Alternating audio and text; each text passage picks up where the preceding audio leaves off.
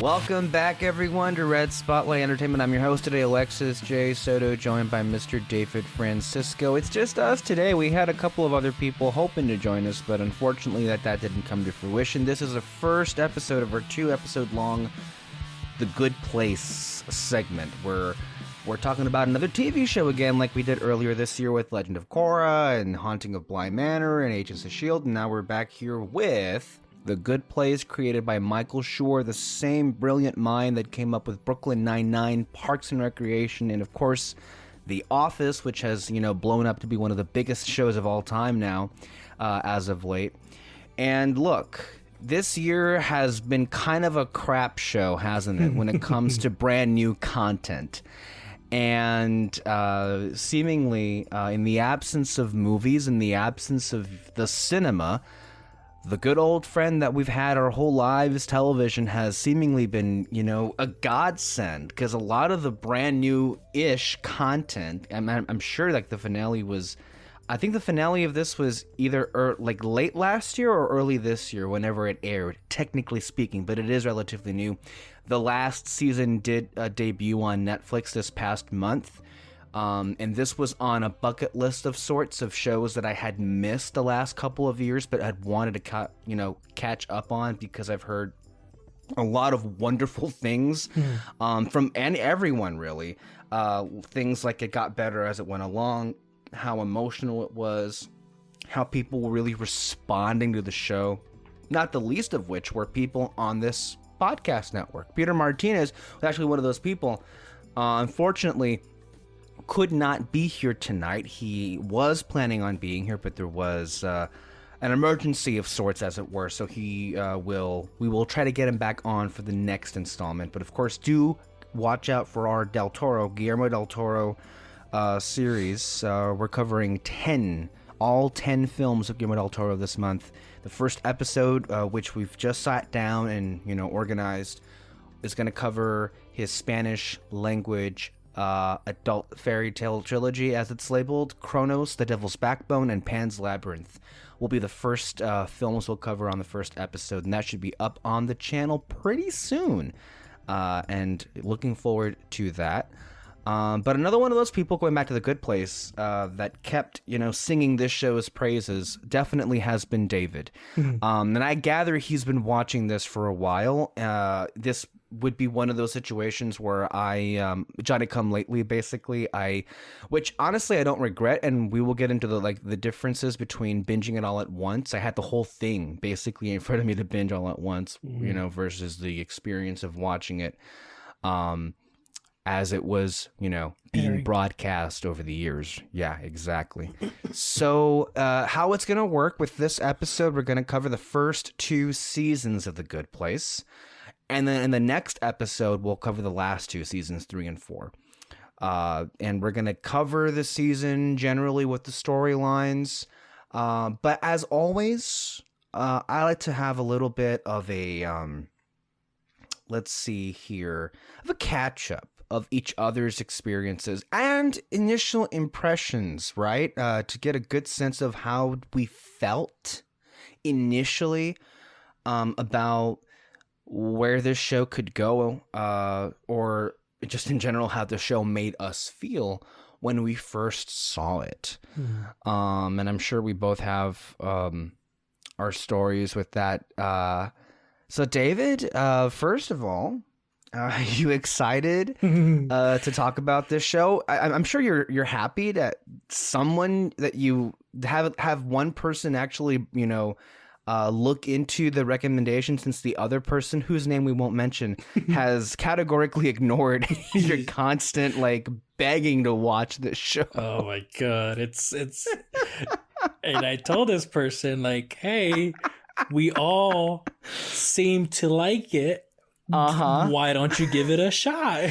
And that means something, right? Because it's not, even though it feels more usual in 2020, but that's the unusual. It's not every single instance where all the people in our group are in complete agreement about how good something is, right? It usually is varying degrees, but I think it said a lot that, across the spectrum, and the spectrum is from a Moreno to a Martinez, that you both really liked it.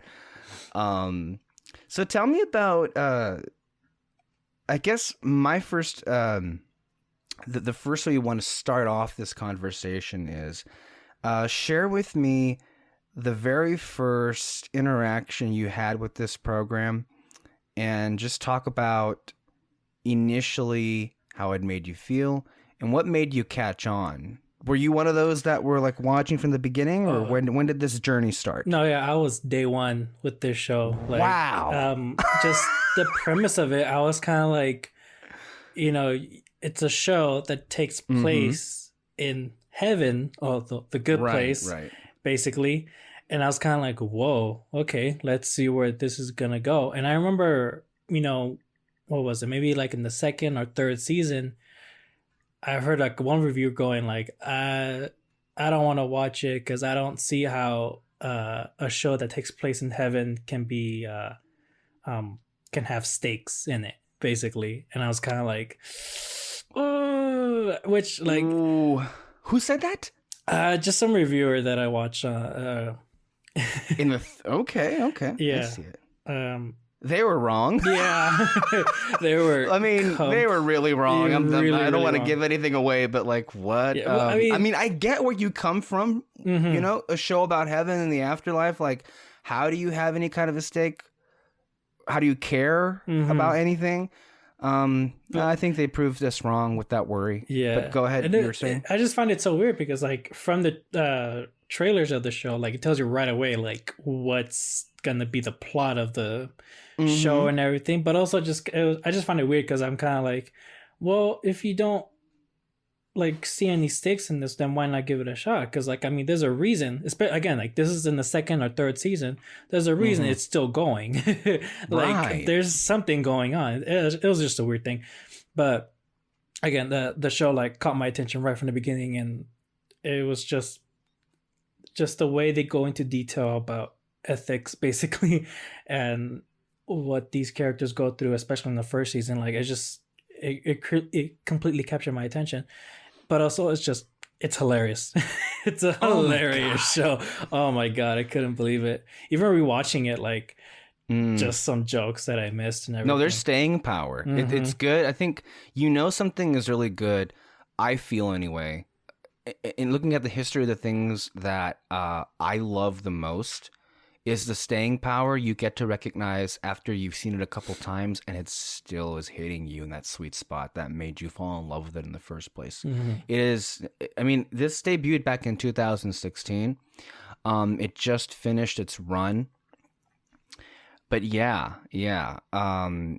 I only just saw it the once, and I want to see it again, and I was planning on it, but then I thought about that finale, and I thought, I don't know if I want to get in that kind of state of mind again, because it really destroyed me, and we'll get to that and whatever.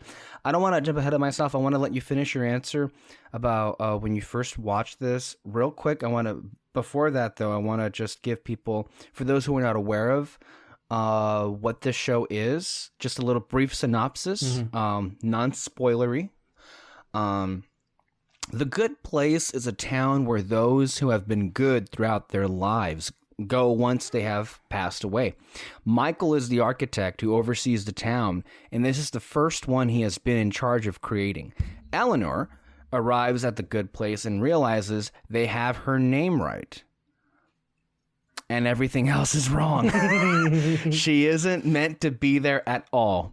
With the help of Chidi, her soulmate, Eleanor tries to right her wrongs, seeking to finally earn her spot at the Good Place. That's a bare-to-bone synopsis. I think another good one, and they kind of bring it home in one sentence about what this show is about. 4 people and their otherworldly frenemy struggle in their afterlife to define what it means to be good. That's a nice way of like describing what this is. Yeah. No, yeah, that's great. So you were saying about like your first time watching this show. So you watched it when it premiered. So what did you think when you saw the first episode? Just again that it was just really funny, and then right away, like, you already you right away cared about Eleanor, the main character of the show, just kind of like her struggling to be a good person, basically. Yeah. Just kind of seeing her change, especially like from first episode to like the last episode, or the last episode of the first season, at least. It's all great and everything. It's a lot of, I think what really sells people, at least what sold me on the premise of this, what sold me to kind of give this a chance and watch it, is that it has such an interesting premise. It almost makes you wonder why something like this wasn't attempted before. Because it's not exactly like one of the most original ideas, if only just because it does deal with the afterlife. But at the same time, though, it is singularly unique, all on its own, for how it deals with that. And we mentioned it earlier about how some people would think that because this takes place in an afterlife, that means there are no stakes. You don't have a show, you don't have any kind of anything worth watching if that were the case. And we can most certainly say very early on, from the pilot to the finale, you are continuously surprised. And I think that's one of those key components of this show that make it work, and kind of like it really is in many ways a brilliant addition to the series from a structural standpoint, in that they establish early on and you think you're catching on to it, or maybe you even expect it, and you're still blown away with what they come up with. And what I'm referring to is this this habit that they have, obviously by design, of dropping a big WTF bomb at the end of an episode to really hook you into like tune in next week. Like, to me, honestly, have to be one of the more brilliant examples of how to get you to watch week after week, is that they end every episode, or mostly every episode, with a big tease that honestly, and it's not just like a tease that, a standard one. It is monumental in terms of like shaking up the bones of this series. Like, the point I'm trying to say is, early on, and I think a lot of this first season does a good job of like comforting you into a false sense of security that also is happening to our characters, mind you. And then they pull the rug out from under you several times, and then you're constantly in a sense of thinking and sure of yourself that you know exactly what this show is about. And then it completely changes that going forward. So to me, that was one of the things that I found charming and kind of electric about the show, is that you don't know exactly where it's going to go. You think you know, and then they don't, and they give you something better instead, I feel. And they do that again and again and again. So that's one of the first things that I latched onto immediately while watching this first season. And that I noticed kept going on, that, I think was a big thing that got me to just, I have to watch this next episode. I couldn't stop watching. Yeah. You go ahead. Well, and the best thing though too is just that every single episode just kind of like flows like straight away. Like you can go right to the next episode and it doesn't feel like you stopped. Honestly, I rewatching it, I kind of wait, was this the finale of this season? Or was it like, where's the finale of each season? I didn't, and like, I never knew. And it completely flows together. And I think it is best to kind of watch it on one sitting, because. Yeah. I couldn't imagine. I don't know if I could take the agony of waiting an entire 7 days to go by and then watch the next episode, especially when it's 30 minutes. I Oh know. my god, because it's like yay, like next episode. Oh, it's done. Okay. Next week then. Yeah. Real quick, just to back up here. I have a funny little tale that I actually this wasn't the first time that I actually had seen anything of the show. Believe it or not, I was actually one of those people that tuned in to the pilot when it aired back in 2016. The reason why was because I needed something to kill time. I was waiting for Agents of S.H.I.E.L.D. because it was on that night. Yeah. The premiere, I think that was actually the Ghost Rider premiere. The season 4 premiere, 2016. Pre Donald Trump getting elected era. A whole different world back then, obviously, but it goes to show you how long ago it was. But I did catch the pilot, and I was very entertained and constantly unsure of where it was going. So I think that was kind of like, I liked it. For reasons I don't entirely understand myself, I chose not to keep up with it. I think at that point I wasn't, as the Brits say, I was at university. They dropped the if you notice, when we would say at the university, at my university, they just say at university. So I'll just say it that way because it's easier. I was at university, and so the only show that I was bothering to keep up with on a week-to-week basis would be Agents of S.H.I.E.L.D. And I did. That wouldn't be a surprise to people. But it didn't necessarily leave my mind. It was always something I had intended to go back to. And then by the time I wanted, the finale had aired. And honestly, I don't think I have any regrets about doing it that way. Personally, I found the show to be really more rewarding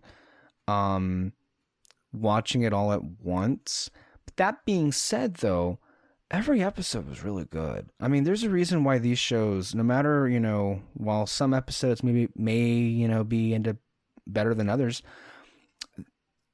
this was to me one of the most consistent shows in terms of quality. What you said earlier about it flowing so well, you're so right about that. Like, you don't get a sense at all like the show is missing a beat, or that it mishandled something, or perhaps there was a missed opportunity. They also didn't have, in my mind, any of those infamous season 1 training growing pains that a lot of other shows like Agents of S.H.I.E.L.D. have, trying to find a voice. What was really surprising is it starts off, with our 4 characters getting to know each other. And as they're finding out what this show is, so are we. I'm sure that's by design. And so, I feel part of the interest in the show is, at least initially in this first season, is just trying to figure out, okay, what is this show? What are we doing here? What are they trying to say with this? All the while being entertained. At just the weird zaniness that has been imbued, I feel, in the language of the show from, the pilot we have, with Eleanor Shellstrop and her causing the storms, shrimp attacking from the sky, everyone wearing those weird striped pajamas, seemingly like her conjuring up and then, sets up the show where she realizes that, or she feels that she's the fraud that's causing all of the things in the good place to go haywire. And so she plots with Chidi, her soulmate, quote unquote, that has been paired by Michael, to make her a better person. And so you're on that. At the same time, you're also trying to figure out what's really going on here, because there are times where you think, at least from the first episode, this is too good to be true, right? There's something that I'm not seeing here. But I'm charmed by these characters so much by the time we get to the midpoint of the season, where I'm no longer like suspicious of anyone when I should have been. There's actually there's a character in here, and we'll get to them. Oh man, get to him that I should have been suspicious about, but they got me. They really got me. Yeah, no, Mike Shure, he was very, very careful not to spoil that little twist. And I'll say more about it once we get to spoilers or something. Right. But I think that I don't know. I think that that's all just part of the charm of the show. Is it's not only entertaining. You're charmed by these characters. But the point of that I was making, that was kind of a long-winded answer, which is, typical for me. But the point that I'm saying is why you think the show isn't necessarily sure about where it's going. No, it knows exactly where it's going to go and exactly what it's trying to say. You just don't know it yet from these episodes. Yeah, no. Again, like Mike Shure, he knew what he wanted to lead to in the first season. What? But it wasn't until maybe like the end of the second season where he finally went, okay, I have an idea of where I want these characters to go to and like how I can end this. And so I'm like, it's kind of like the Legend of Korra thing where season 3 and 4 is just like perfect. Right. Yeah. I mean, it's always tricky, right? Because you can't get ahead of yourself too much because you have to work on like making sure the show is good enough week to week. And again, you also don't know how long it's going to last. It's not a guarantee that this is, it's NBC, it's a network broadcast show, and they, spotty record. It's kind of a 50-50 chance whether or not it'll come back. I mean, you have to have the audience, you have to have the numbers. And honestly, part of me felt like this is going to get canceled immediately, so I didn't bother watching. But thank goodness it wasn't, because I ultimately feel like this show needs to be viewed by everyone in the world. Yes. I am a strong proponent of making this mandatory viewing for people, because there is a larger picture here to the show that I don't think, again, you don't really fully absorb until we get later on to the series. But let's get into our characters here. We have Eleanor Shellstrop, that is played by Kristen Bell. It's hard to find a word to really describe, I guess, who she is altogether. I guess she would describe herself as a medium person. She is sure as hell no saint. And she's done some bad things. She's kind of a crummy person, especially when we flash back to her scenes on Earth. What she was like before she died and everything. But there is, and then this may be on the part of Kristen Bell immediately, but you find yourself rooting for her, even though any rational person would look at all of what's going on, and you also do understand Chidi's plight. Like, why am I helping you? Like, you had your chance, and I don't know if you're worth it, and I also don't even know if this is gonna help you any. So like, I think automatically you're very understanding of both of their points of view, but then again, you still can't help but root for her. I mean, I think there's a long history of characters that are deeply flawed, and more so problematic. But I always find myself rooting for characters that want to be better people. I don't know. It doesn't matter the medium or whatever. Go ahead. No, yeah, that was a very big focus with Eleanor. It's just that they had to make sure that like she wants to be better, even if her intentions are not in the right place, because she knows like, okay, there's a bad place, I don't want to go there. But like you do see, especially like throughout the first season, like she is genuinely trying to grow as a person. She genuinely wants to be a better person. And so that was a great thing about her. And then Chidi,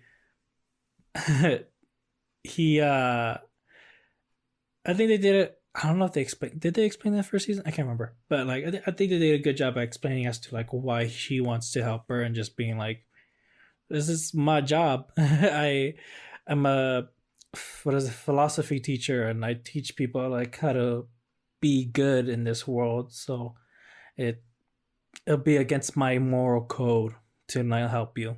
I also love the architecture of that town that they use as the good place. There's just some, like, you have that very, I don't know, clean, small town charm to it. It kind of reminds me a little bit, even though it's much nicer, because it is the afterlife, but it reminds me of the charm that I got off Storybrooke from the show Once Upon a Time.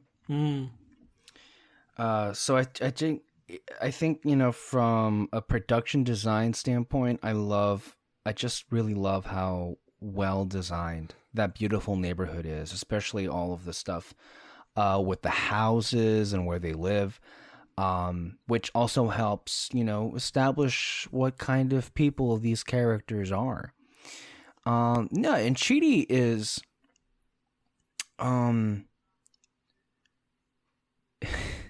he's just so kind and always willing to help people. I mean, I think it says so much about him immediately that he is willing to basically put his own place in the good place on the line to help this person. But almost immediately, you do get the conundrum of his character, and then also kind of a bigger philosophical debate that the show will inevitably facilitate when he asks the question of, well, if I help you keep, you know, if I help Eleanor stay in the good place, where the hell, what the hell does that mean for the real Eleanor, who technically should be here? And am I condemning myself? Am I doing any good, basically, even though I think I'm doing this seemingly good thing? So I think with Chidi, he's an entertaining person to follow with, you know, his unique trait of being so indecisive. But in many ways, like, he facilitates the big ethical questions that the show likes to ask almost immediately. With the challenges, especially when he has to lie the entire time, and, you know, how it affects him and everything. So, but genuinely speaking, that, you know, Chidi and Eleanor have great chemistry together. Like, this whole concept of a soulmate, because it was a concept for the intents and purposes of this first season. It almost felt to me like where they were gonna go with that was, I don't know, like they definitely, like, the show is telling me that this Eleanor was the wrong Eleanor, but it kind of seems like something went right because these two kind of really work really well together. So I was kind of convinced that we were going on this, like, road of, like, they are soulmates, although I couldn't anticipate, of course, that part of the introduction of soulmates was kind of a sham. You know. Yeah. No, actually, about their chemistry, it was what's her name, Kristen Bell. You know, they put a lot of guys for the role of Chidi, and it was actually her decision to get the guy who played Chidi. What's his name? I'm looking his name up right now. I knew we were going to go there. His name is William Jackson Harper. okay, William, it was her that, she saw a bunch of other guys and she was kind of like, these guys are great, but there's something about William that like tells like in her gut, she says it's got to be this guy. Yeah. And it's insane just like how this show came about. So, yeah. The network, they talked to Mike Shure and they just went, hey, we need to fill in time. We're going to give you 13 episodes. Do whatever you want. That's how they like went up to him. And he just took the chance of just going, fuck it. Let's make something crazy. And when he told the idea to the network people, they all went, like they were already nervous right away. But it's funny because he tells them, oh, don't worry though, this isn't gonna be like a lecture every single episode or anything like that. But he said it's not gonna be a class lesson in every single episode. But by the second episode, Chidi has a blackboard and he's just literally like 101. It's just like, oh my god, it's so funny. But then everything else, like everyone put everything they could into this show. Again, Christian Bell, like, actually no, really, Mike Shure, whenever he went up to someone and goes, hey, do you want to be in my show? Everyone just went, yes, I'm in, before even like telling them what the premise is or anything like that. And they know it's a crazy show, but they just went, hey, it's Mike Shure, like it's gonna be great. We know it is. And not even just the actors, but like the costume designers, set designers, special effects people. Mike, whoever director or Mike Shure, he goes up to him and is like, hey, can you make flying shrimp in this scene? Or hey, can you make 300 black and yellow striped clothing for all these characters? They all just went, sure, let's go for it. Like, no hesitation, no doubt, and they all just did their job. It's insane. That really, I feel, that makes a lot of sense considering what that pilot ended up being, right? Because, and it also is truly something special in the sense that this is NBC. This is network television. And this is very rare instance of them basically writing a creator a blank check and quote and basically permission, do whatever you want. When does that fucking happen? This is just to remind people, this is not Netflix. It's not a streaming service where, they can be a little bit more lax on how, in control they are of a product. But it goes to show you that what a pure accident this was. Mm-hmm. Because based on what you said, this show was only ever greenlit because they needed to fill in airtime as a mid-season replacement. And like, whoa, I didn't know that. Yeah. I did not know that. And it also explains why the show is as good as it was. Because Michael Shure was basically allowed to do whatever he wanted to do. Yeah. It says a lot when you give a creator free reign, instead of meddling in. That is crazy, man. Mm-hmm. But it's also kind of like it's just like one of those 1 in a million stories. Because you just know, like, even the best of shows on network television, have a lot of... you cut off. Oh, yeah, I'd gathered. I was saying that even, a lot of the best shows on network TV have a lot of supervision, a lot of oversight. Mm-hmm. But it's really interesting, the attitude NBC has had lately. And I guess it also does help, in Michael Shure's case. The guy has an amazing track record of success. Yeah. Already at this point. Mm-hmm. He had already established Brooklyn Nine-Nine. Parks and Rec recently had ended in the last few years. And of course, the big shebang, The Office. Mm. So this man, I feel, has kind of earned that point for, you know, a program where he could do whatever he wanted to do. And I guess it really just explains a lot of how good the show is, because at no point did you get the sense that there was any kind of intervention or meddling. There was a voice that was clear. Mm-hmm. And yeah, maybe that's also why I thought it would get canceled immediately, because it's like, well, people are just not going to respond. But I'm so happy that people did respond. Yeah. So let's get to our other characters here. We have Tahani and we have Jason. Boy, this is a really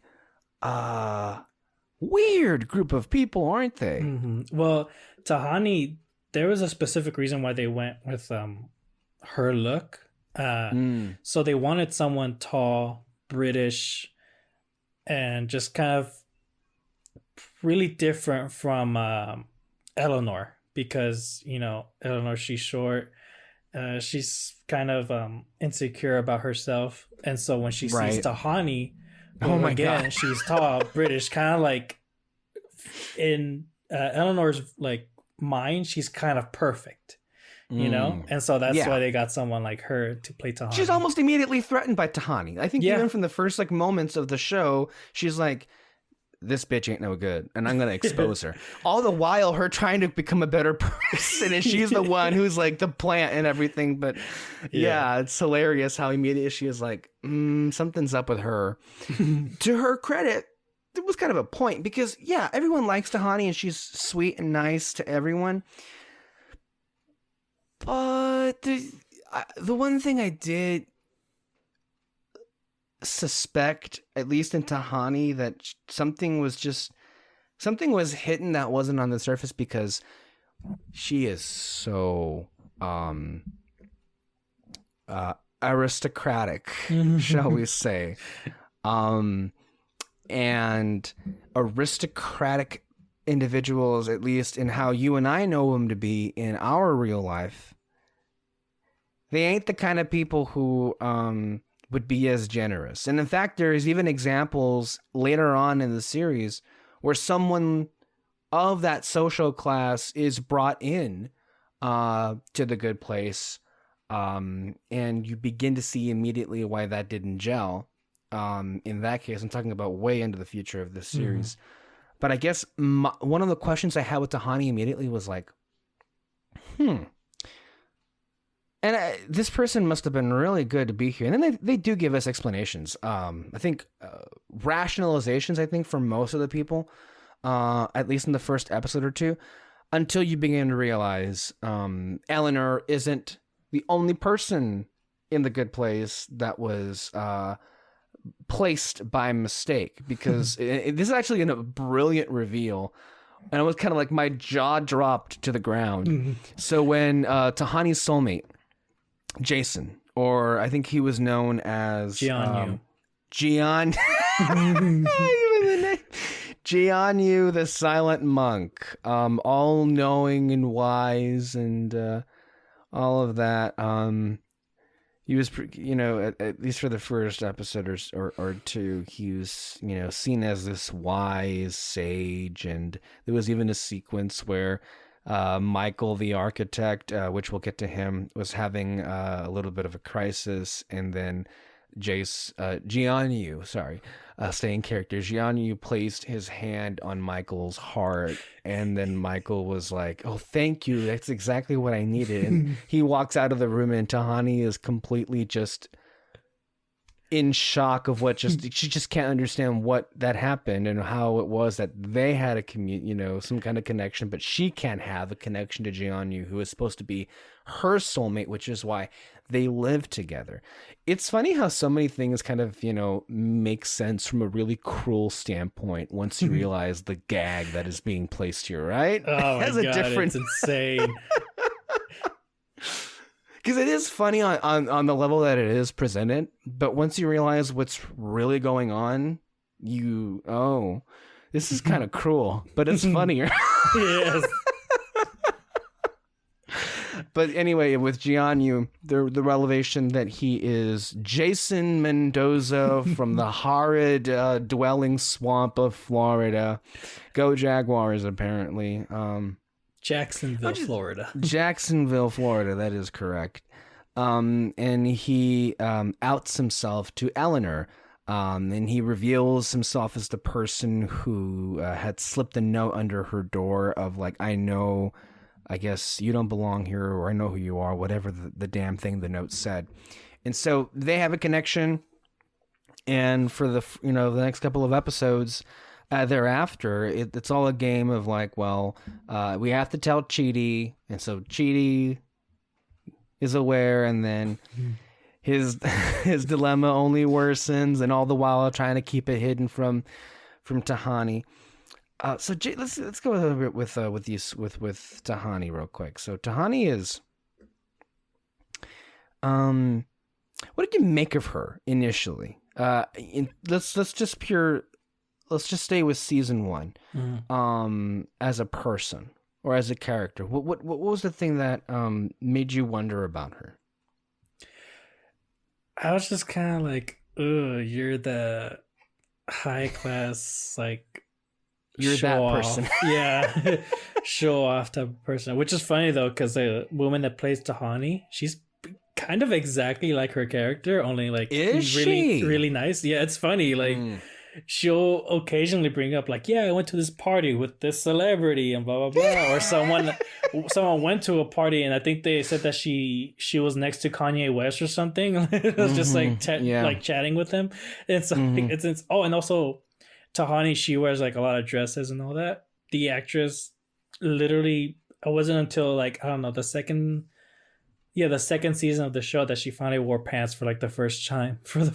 Like she's only ever worn dresses in real life. It's insane just how much her character, like she is like her character.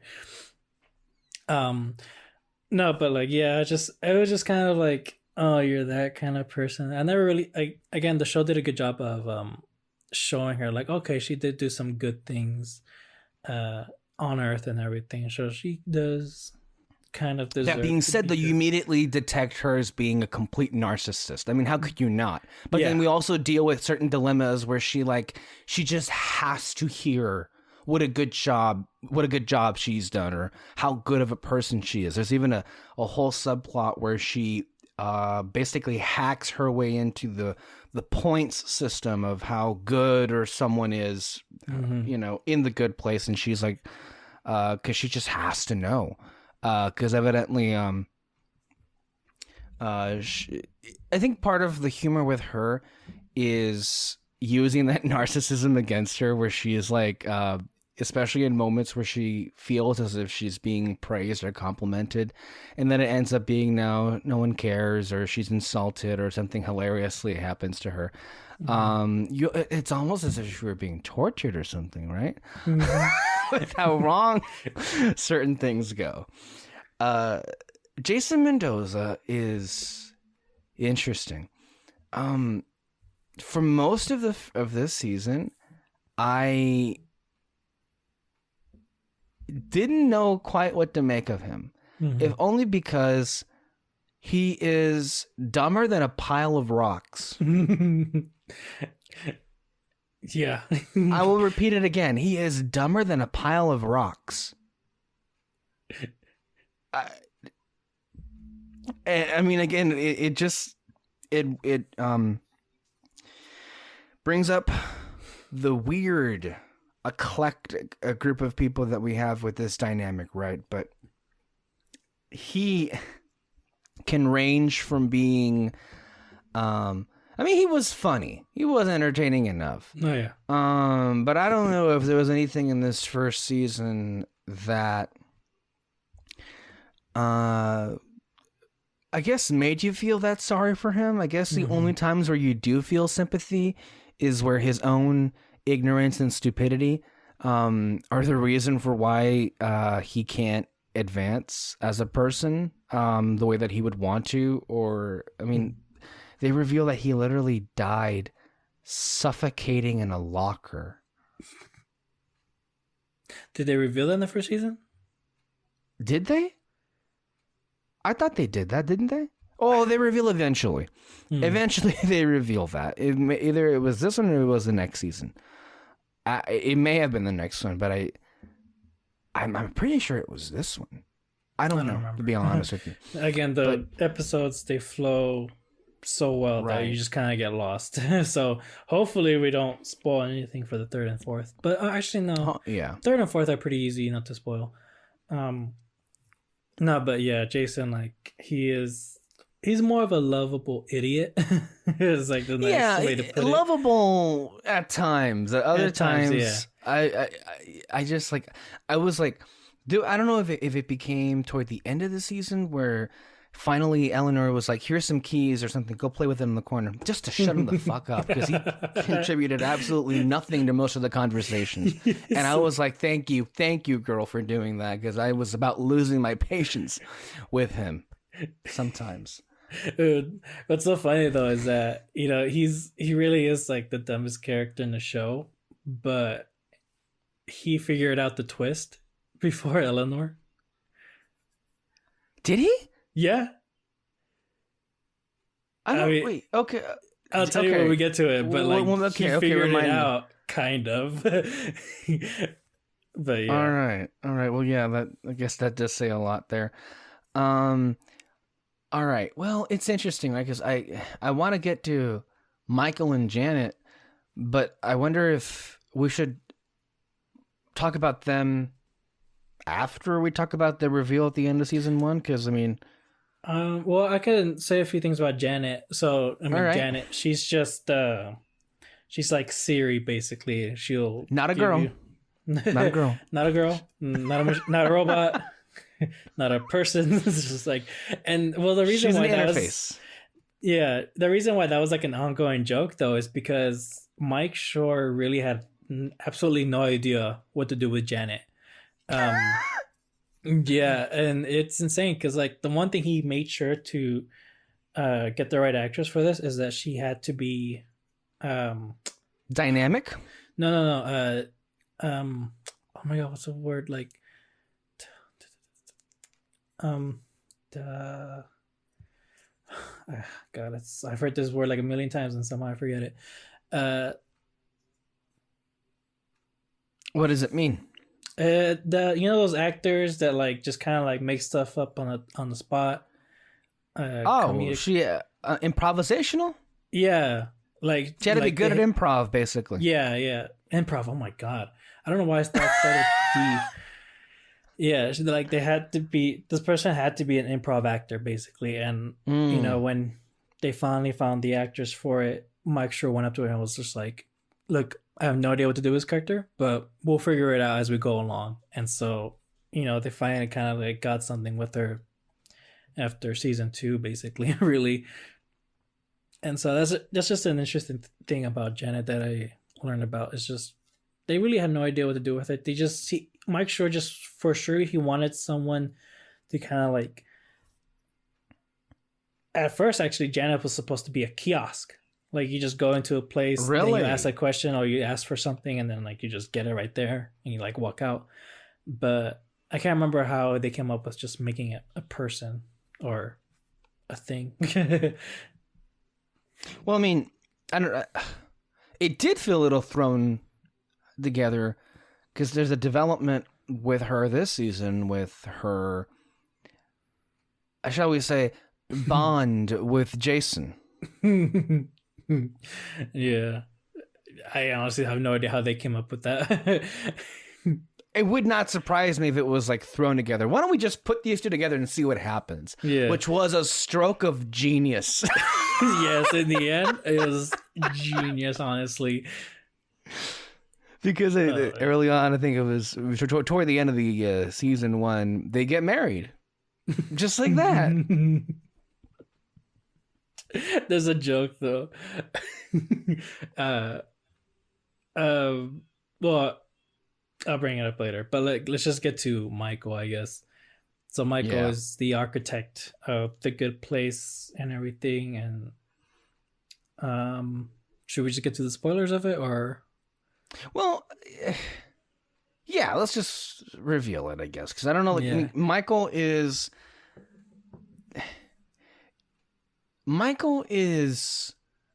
basically the same person, except with the first season, he's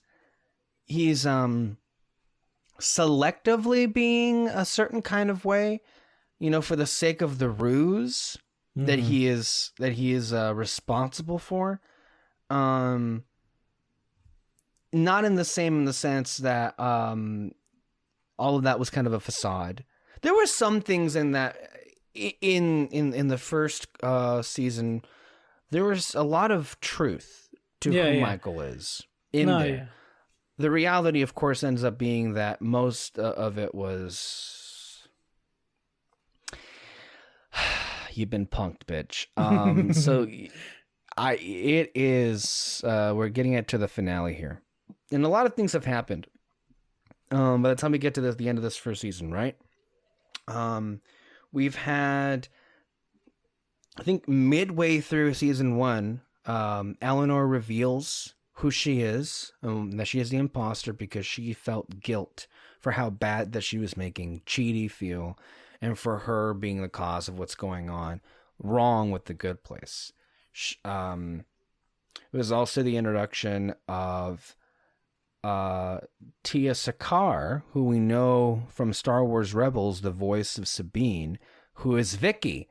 In reality is Vicky, but she plays the real Eleanor for the second half of season 1, as the real humanitarian, and there are episodes where we get to know her and you see just what a good person she is. You also have the introduction of bad place people that come by.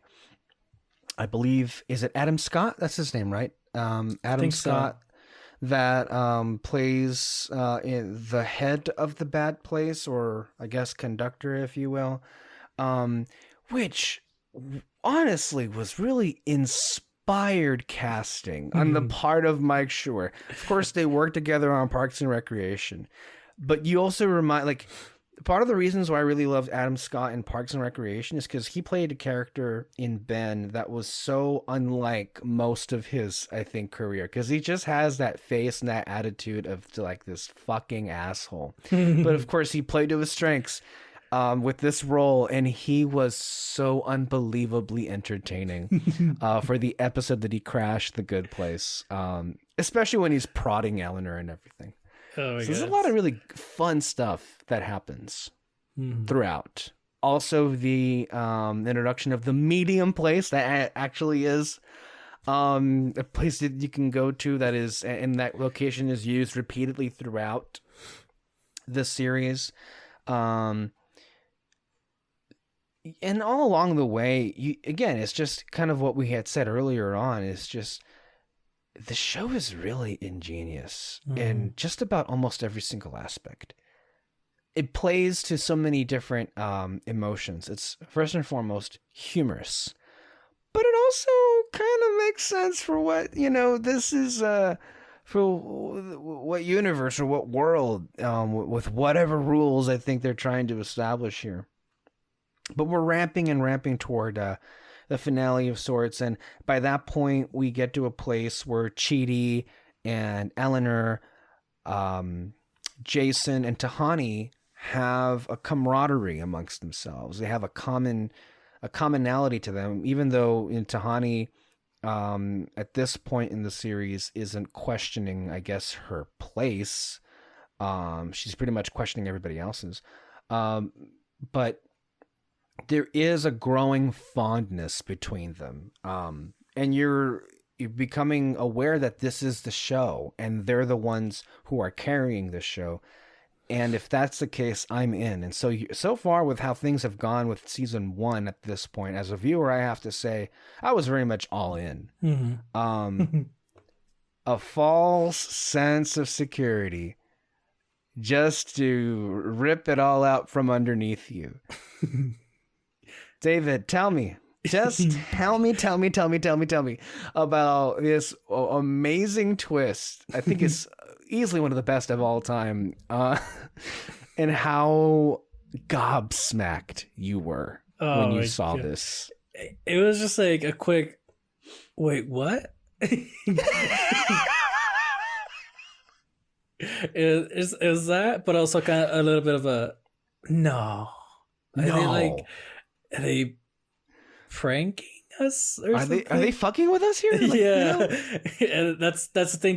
That's how Jason figured it out. He thought he is, when Eleanor went up to him, he's just like, and they're finally talking to each other, like revealing he is Jason and not Jianyu and all that. He was trying to go, it's like, where are we at, by the way? Like, I don't know where we are. And she's just like, you're dead, dude. You're in the good place. And it's like, oh, so this isn't a prank show or anything like that? And that's how he figured it out. He had no idea. And they actually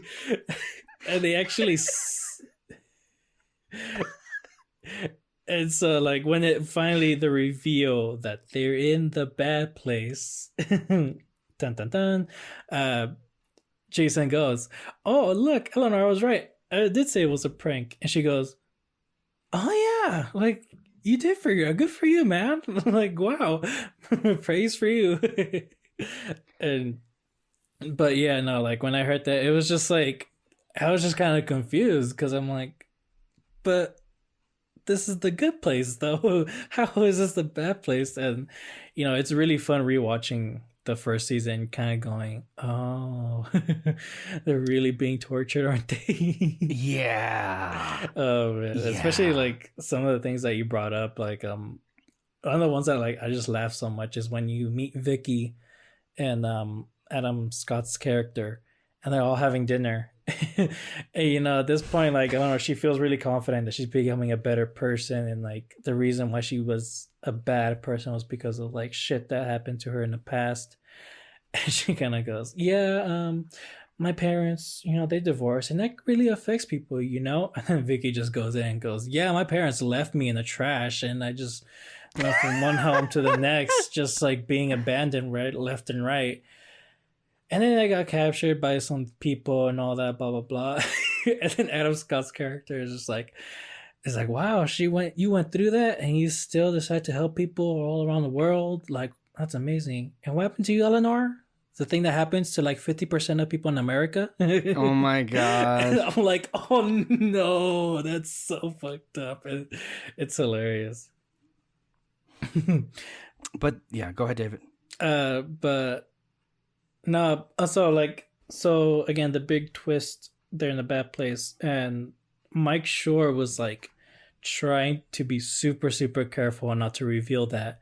Only when he found that, when they finally filmed the scene, or no, when the episode aired, Ted Danson, who plays Michael, goes up to him and goes, yeah, I told like 70 people about the twist before the episode aired. He was just like, why?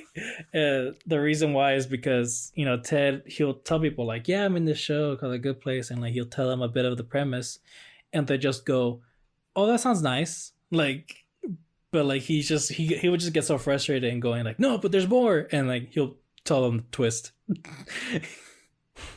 It's so yeah. We'll get to Ted Danson right now in a bit for this amazing twist. It was mind-blowing. It was absolutely mind-blowing, and Shure did an amazing job of keeping this as hidden. I mean, it's one of those twists that you and I love where, man, I didn't see it coming. But maybe I should have seen it coming. Wow, for sure. Maybe I should have seen it coming. It was staring us in the face the entire time. But it also, I feel, depended so much on how that particular scene was executed, right? So when the light bulb goes up, Eleanor announces, I think this is the bad place. And she looks over to Michael. And Michael is, you can't read his face or what that means. And the camera stays on the shot. and then it zooms in real quick. And then, I have to say, so amazing, so much props to Ted Danson for coming up with this laugh. Because even though this is a comedic show, I found that that sent a chill down my spine. That cackle immediately starts into cackling. And it felt like the devil he is kind of a devil. He's a demon, literally, in disguise. But it's like the devil himself, like revealing himself amongst the people and then just laughing at their misery. And then you think to yourself, and then you juxtapose that against, Chidi and Tahani's faces and how they just drop and the realization sets in. And you're like, what the fuck? What happened? Did they just blew up the show? Yeah, no, that laugh actually was improvised. So in the script, really, Michael, yeah. So in the script, Michael was supposed to just kind of like throw a bit of a tantrum. So like, so the scene is he laughs and he's like, "Oh, you just had to ruin everything," and then like it cuts to a commercial basically, and then the next scene he's just like, "Oh, Eleanor, what the heck? I worked so hard on this," and he sits down and he throws like a little plant off the table, like, "What do you think of that?" Just like that scene right there was in the script, but there was something about it that they just were like, "There's something missing here. Like, I don't know what it is." And then Ted Danson went, "Can I add something?" And that's when he added the laugh. And then the struggle though now, it was the transition between the laugh and the tantrum. It just, again, it didn't feel right. But they went, "Oh, we're in network television. We'll just cut to commercial on that scene." And so like, and when you watch it on Netflix, like, again, it's the laugh, cut to black, and then the next scene, and it's a tantrum. I mean, it flows perfectly. Like, it's incredible how they thought of that. I gotta tell you, man, I loved it. And I was just like, man, I should have seen this coming. Yeah. Well, I forgot to mention some of the things that Mike Shure did to be careful with the reveal was that you never saw Michael alone in his office. Because like once he's by himself, then he's gonna be that whole like mustache twirling, evil genius type of thing. But also another thing, he tried to avoid the color red on Michael. Like he didn't want any signals that he was a demon or the devil or anything like that. He even got he was even so nervous though. Like I think Mike was wearing like something purple on an episode, and he was like, "Does that seem evil to you guys? Like, I don't know." And everyone was just like, "Calm down, like it's fine." Like he was really nervous about that reveal. Yeah, man. Look, I think this is an appropriate time to include Michael in this. I love this character. Yeah. I love the journey that we will explore with him in season 2. But I also really enjoyed him for most of season 1. He just came across as so sweet and genuine and kind. And boy, did we get here, because that could not have been further from the truth. He's a nasty piece of shit. Based on that little taste we got at the end of the episode, where he's like, "Oh, you ruined my fun." All right, I guess we can just take you to be tortured for all eternity until the end of time, with such callousness in his voice and everything. And then you realize, well, we're going through the genesis of this idea. Michael was just bored, and he just wanted to have some fun. And like, why don't we try a new approach to torture? Because the reveal is, all right, so this is the bad place, and the bad place is very typical in terms of how they torture their victims throughout all the end of time. And we're shown Michael as being this architect that just wants to shake things up a little bit and make a personal mark on the Bad Place and come up with an even more with a more torturous example that they could use, which is what he constructed as the fake good place.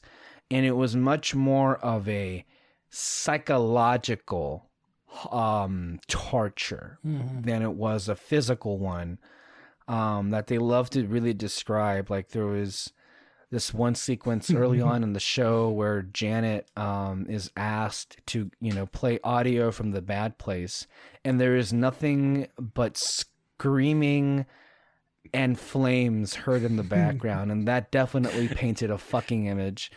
They talk about like stuffing spiders up someone's anus, and it's just like, wow, the kind of shit that they talk about.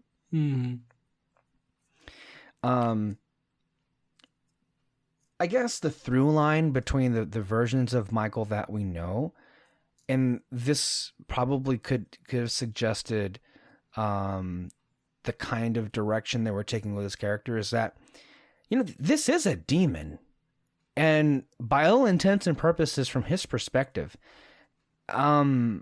this is the behavior of what he is entirely indicative of what a demon is. And so he doesn't know any better. But more to the point, there is an earnestness in him. Like, this was a passion project of his. Granted, it was a torture chamber, but I mean, that's kind of there's something to this character where, like, well, by the time that we close out season 1, you don't really know where we're going to go with him, because they end the season with like a snap, or rebooting everything. I've been given the green light to do a second attempt. Hopefully where Eleanor doesn't figure it out. And that's the cliffhanger that we get for season 1, where we basically start things over again. But from that moment on, you think that season 2, oh, okay, it's going to be, all right, we're doing season 1 all over again. Which, thinking in hindsight, that might have been quite boring. They made sure, they made sure to reveal, like, straight away that, no, you're not going to go through the same thing over in the second season. They just going to rush through it, basically the reboot of it, and then we're going to change the whole thing in the middle of it, basically. Real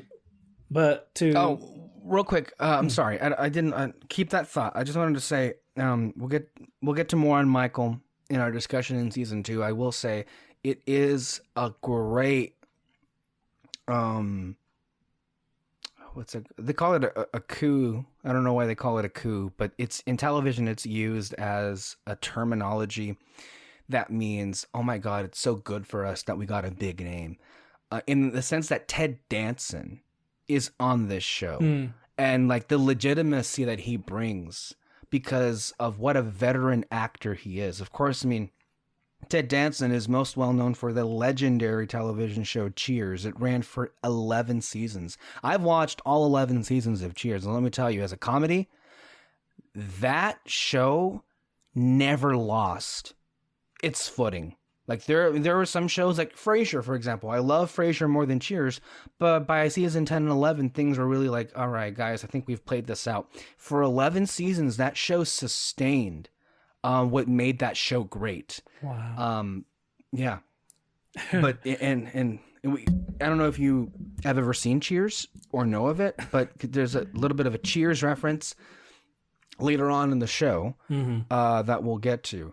But he's just one of those faces that people know because he's been on television for a decade at least, and I'm just talking about Cheers, not referring to anything else he's been. But he's a really good actor. And that moment that you brought up of him like suggesting the cackle in the big reveal, I think really suggests the value that he brought to this show. And I also love the design of his look. I love the simple suits with the bow tie and the glasses. There's just something, I don't know, so aesthetically pleasing about that, his look or whatever. Like, yeah.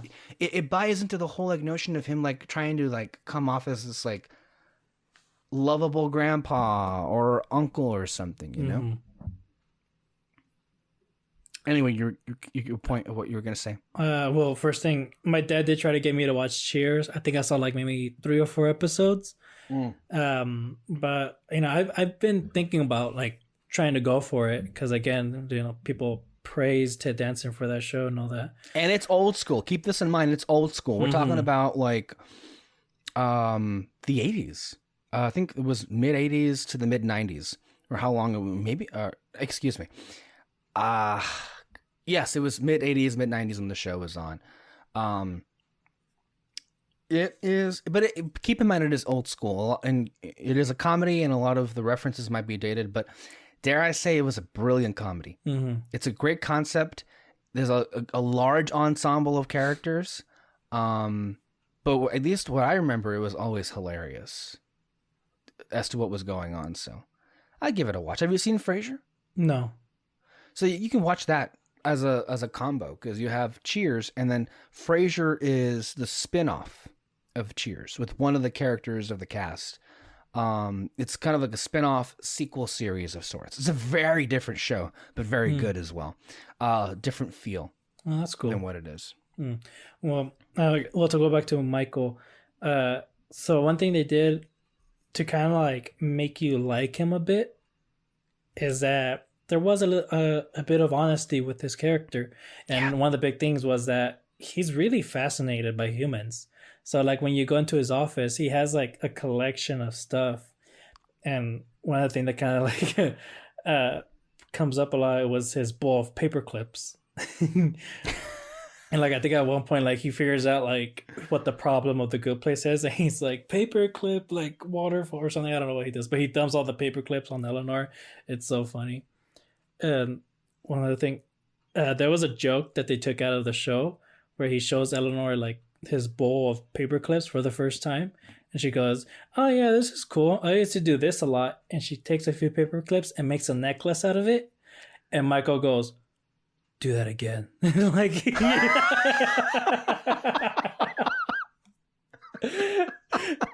oh my god, it's just like again, he's so fascinating, and I love those scenes where he just like he brings up like small things like humans do that like it kind of like goes over your head, but it is kind of funny when we think about it. Like when he goes, I don't know if it was this season or the first season, but like he has like keys. Oh yeah, it was like he has keys, and he goes, "Oh, it's keys! I can't wait to go. Where are my keys?" And he's patting like his legs, trying to find him, and all that. It's just, you know, that's it. There's a lot of honesty with his character, and especially like the things that he brings up in the world. Like he brings up the retirement thing. You know, that his body gets like, I don't know, decompose or something, and like it gets that was actually based in truth. Early on, where he was considering to retire himself, and basically he was being honest in how they describe being retired as it's not. It's I guess the closest thing that I can compare it to was like the Sarlacc pit in Star Wars, where your body is like slowly digested over 1,000 years. Yeah, that's basically it. So I think that's one thing that they did to kind of make you care about Michael, especially after the reveal. Yeah. No, but look, I guess if I were like watching this year after year, and you're looking at the finale of season 1, that did such a good job with establishing what this show was. I could definitely see some concerns going into season 2 about, wait, are we really just going to repeat everything again? And then, cause I thought like, okay, we're going to basically take 2, and it is take 2 for the, I mean, in terms of like what is being attempted here by Michael, but I guess like, what I thought was going to happen was, all right, we're going to do the same thing again, but adjust some things here and there. And it lasts like 2 episodes, 3 episodes, because, and I also thought this was brilliant and hilarious. So now we're officially transitioning into season 2. Yeah. Michael spends most of the first episode amping up everyone to the demons. By the way, it also is revealed that everybody beside the 4 main characters as the demon playing a part. Then he's like amping up the town and everything. All right, guys, let's go for a take 2. You can tell just how annoyed everyone is, but they're just like going along with Michael's plan or whatever. And he's just like getting everyone amped up, and let's go ahead and do this. This is how we're gonna get them this time, and they won't see it coming. And everyone act better, I guess. And all right, it basically came off like the director of a play giving notes after they had their premiere. You know, that's exactly what they were trying to go for, especially really? With the dynamic between him and Vicky. Because Right. Michael's the director, but Vicky is the the upcoming actress that she wants to become and everything. Mm-hmm. And that's kind of what her character is. At least that's how they wanted to write her. But the actress that played Vicky, her inspiration, she's pretty like full of herself, arrogant, kind of wants to take over. And this is her words, but like her inspiration was Trump. Really? Yeah. Is that? I mean, I understand that. I guess it came off a little bit too sane to be Trump. I don't know what era Trump she means, because the guy has kind of like lost his mind. I guess she wasn't over the top with it. I guess I did really enjoy her character though, because she, like, it was just weird. Like every other demon was like, oh, I can't believe we have to do this shit. And she was like, Michael, and especially in those first 2 episodes, what the hell is going on? I was given like a starring role in the first season, and now I'm like reduced to a background character, and all she wants is to be handed like a substantial. I love what she does though. They go to the party, and she's walking to Genie with a limp, and it's just. She's just trying to convince Michael, like, come on, just give me something different. Can I give go me with a limp? Yeah, he's just like, fine, go with a limp. Oh my god. So, well, one thing that they did that to kind of like really speed up, this whole reboot thing was at the end of the first season. Eleanor puts a note on Janet's mouth. In Janet's mouth. And so it's funny though how they came up with that. So in the beginning of the first season, Janet makes, and it was just a throwaway joke that like, oh, I don't eat. I just, what was it? Sorry. What was I put it in my void? No. It's like, no, I'm technically not a person, so I don't eat at all or something like that. It was supposed to be this throwaway joke. And they were at the end of the season, they were trying to figure out like, okay, what the heck do we do to like speed this up along, for the next season. And they went back to that joke and went, let's go for that. And so it's just funny though, like this random thing that they didn't really think about it much, helped them out at the end and helped them out in the second season. Yeah, and they solved that pretty quickly, to the point where I lost count of how many reboots there were. Do you know, like 400? 800.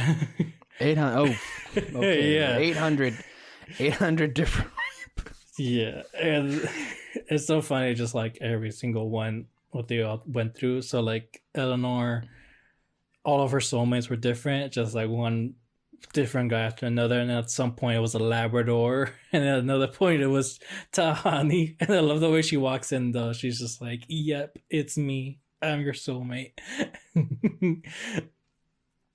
and then all the different times that she figured out that they were in the bad place. I think she was at a jazz concert or something. Oh my God.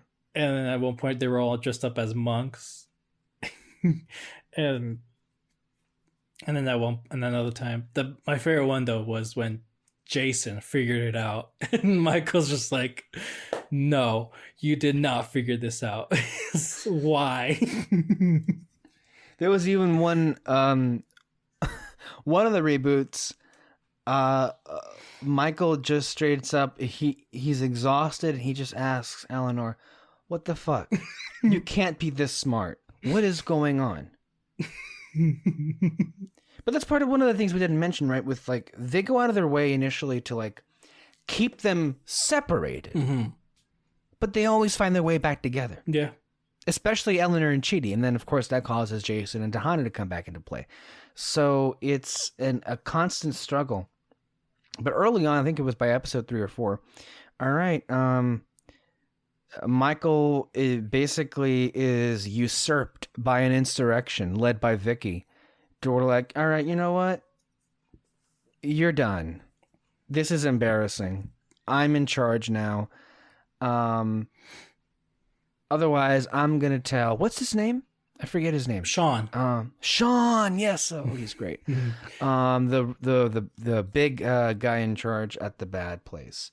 I was gonna tell Sean that this experiment has failed because Sean allowed a second attempt to happen, but all this time he has been under the impression that the second attempt is ongoing. He did not sanction 800 fucking reboots. That's for sure.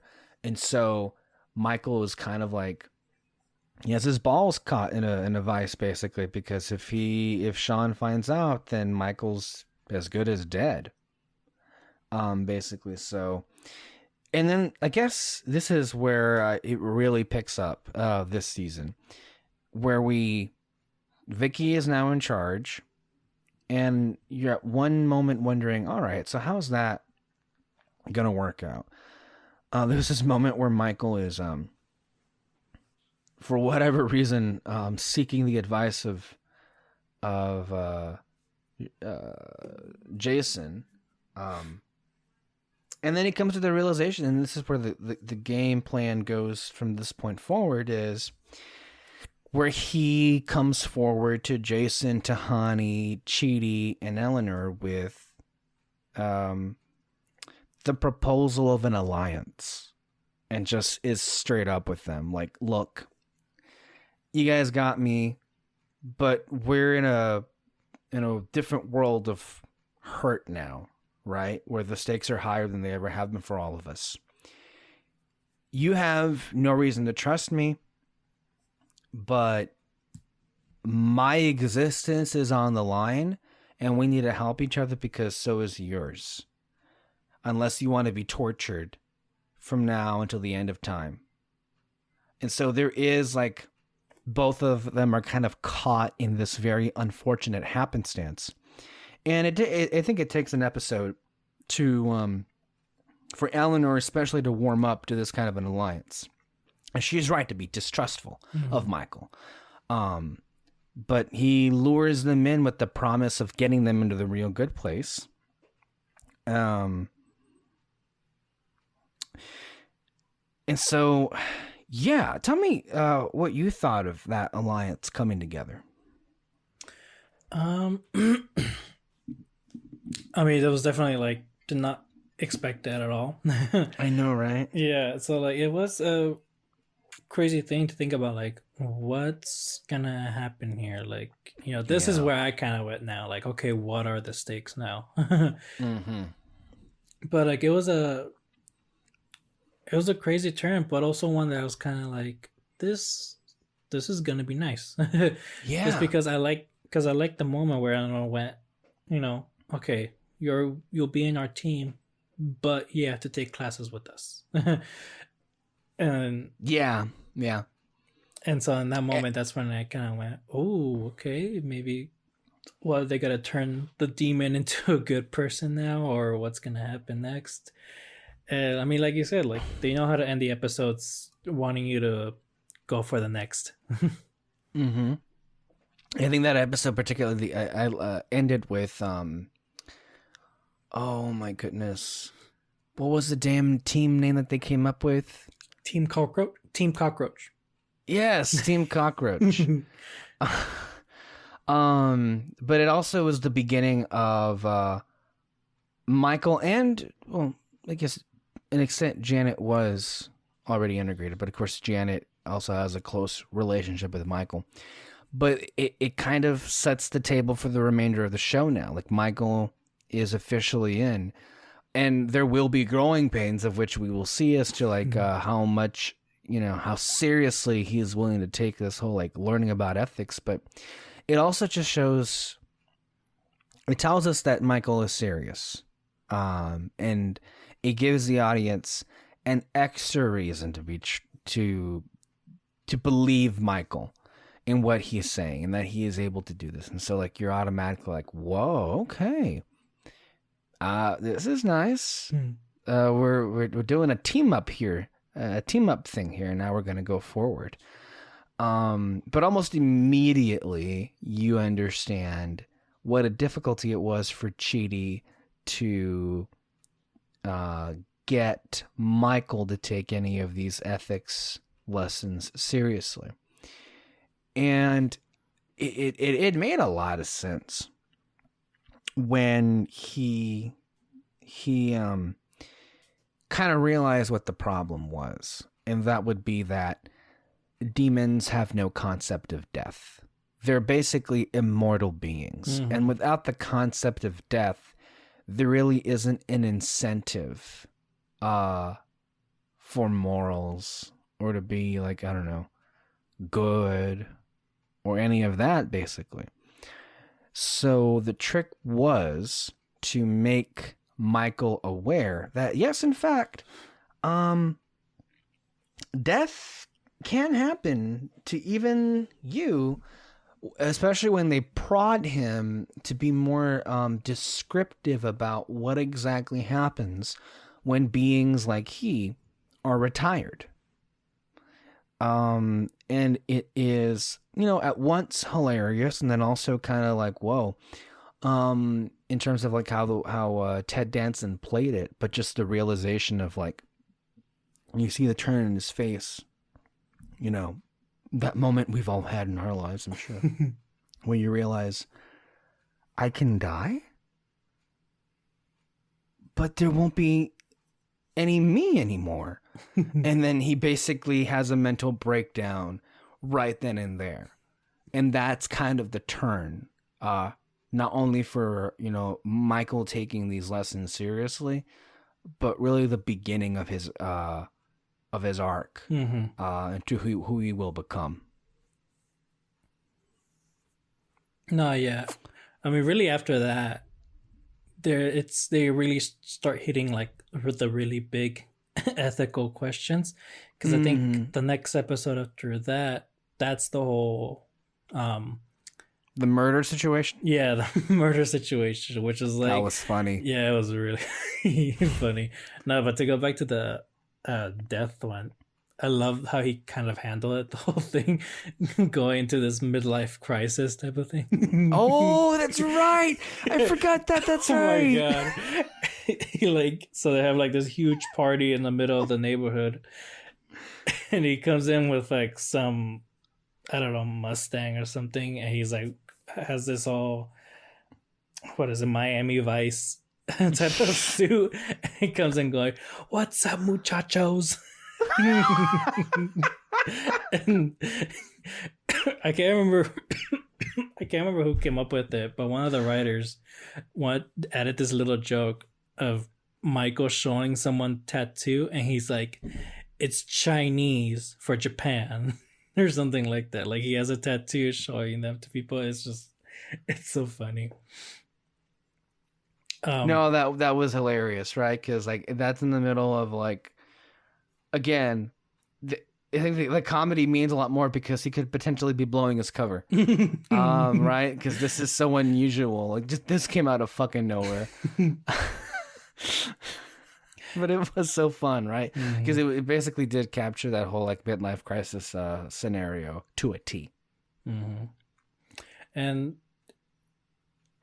what I liked about it most, though, is that rewatching it for sure is it really is the beginning of Michael and Eleanor's friendship, like incredible friendship.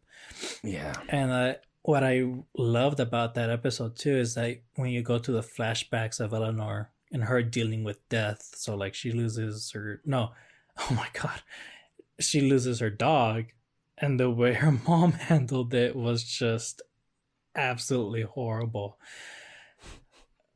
They got a lot of shit for that, by the way. Did they? Yeah. I mean, there was a bunch of other ones too.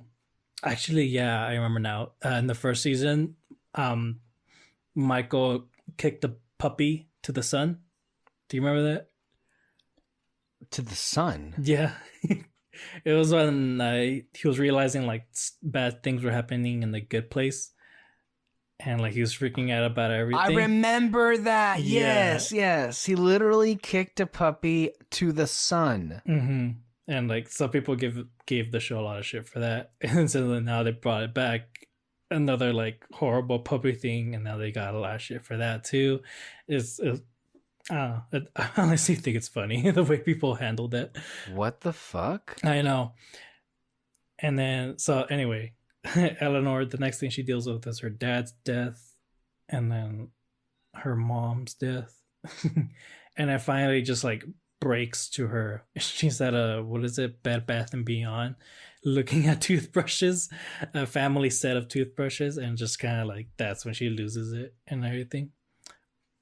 Which I think they actually shot that scene in an actual Bed Bath and Beyond. No, yeah. Yeah. Yeah. And just kind of then that's kind of how it leads to her talking to Michael like, hey, life can be bad, but you know, you just got to look at the little things in life and keep moving forward with it. And it's just it's really great seeing that scene, having that be the beginning of their friendship, and just kind of how that really pays off in the end, like the very, very end. It's so great. And to the more hilarious part of it, just to bring that around, the train murder sequences that he conjured up to throw back at Chidi, because Chidi was giving the instruction, the scenario of like, if you could only like choose to murder one person with a train or three people with a train, how would you choose? And Michael literally conjured it up, and admittedly he was having a little bit of fun there too, but I think it was I guess you understood the reasoning, to kind of get him to like understand what this was about, for him to really like grapple with it. Also, it was just fun seeing a bunch of blood splatter on Chidi. It was horrifying, but it was funny. The actor that what is it, William? William, yeah. He actually got like that fake blood like shot in his mouth. Oh, he my almost God. like choked on it. It was funny. But well, actually, what I liked about that scene too, even though he was torturing Chidi, it was kind of a way for him to like blow off some steam. Yeah. Of like this ethical crisis that he just keeps having over and over. And I think it was at the end of that episode where he and Eleanor have another deep conversation, and she kind of goes, wait, that's what you came here for? Just to talk? And he's like, yeah, I mean, I kind of I was just curious how like your guys' mind works and all that. And it was a nice little moment, and then it gets ruined by Sean. Yeah, immediately. As most things usually do. So Sean shows up, and then again the whole thing of the show gets blown up because Sean basically goes George W. Bush and declares mission accomplished. And all right, Michael, you win. Great. Let's reveal it to them. Let's laugh at them. And then they have a roast for the cast and crew, literally of the demons who were the actors in The Good Place. I loved that episode. I mean, obviously the humor was a big part of, I think, what made it. But you are wondering the entire time, Michael, what are you doing? Mm-hmm. And I feel like I was always leaning the way that Eleanor was, where it's like, he just had this talk with me. The guy is clearly having a change of heart, at the very least beginning. That being said, this is everything he's ever wanted. He's being congratulated for his wonderful concept of good place, bad place, and he's being rewarded. Is that going to be enough, with the substantial breakthroughs that he's just had as a person? Or a demon, I guess. And then they keep you guessing for most of the episode. And it was really, when they get to that scene, when they're having the roast, Tahani, Chidi, Jason, and Eleanor, that was fucking savage. I'm telling you right now, that was one of the best roasts I've ever seen. And all of those zingers were I guess it would be the best roast of all time, because I know a lot of roasts,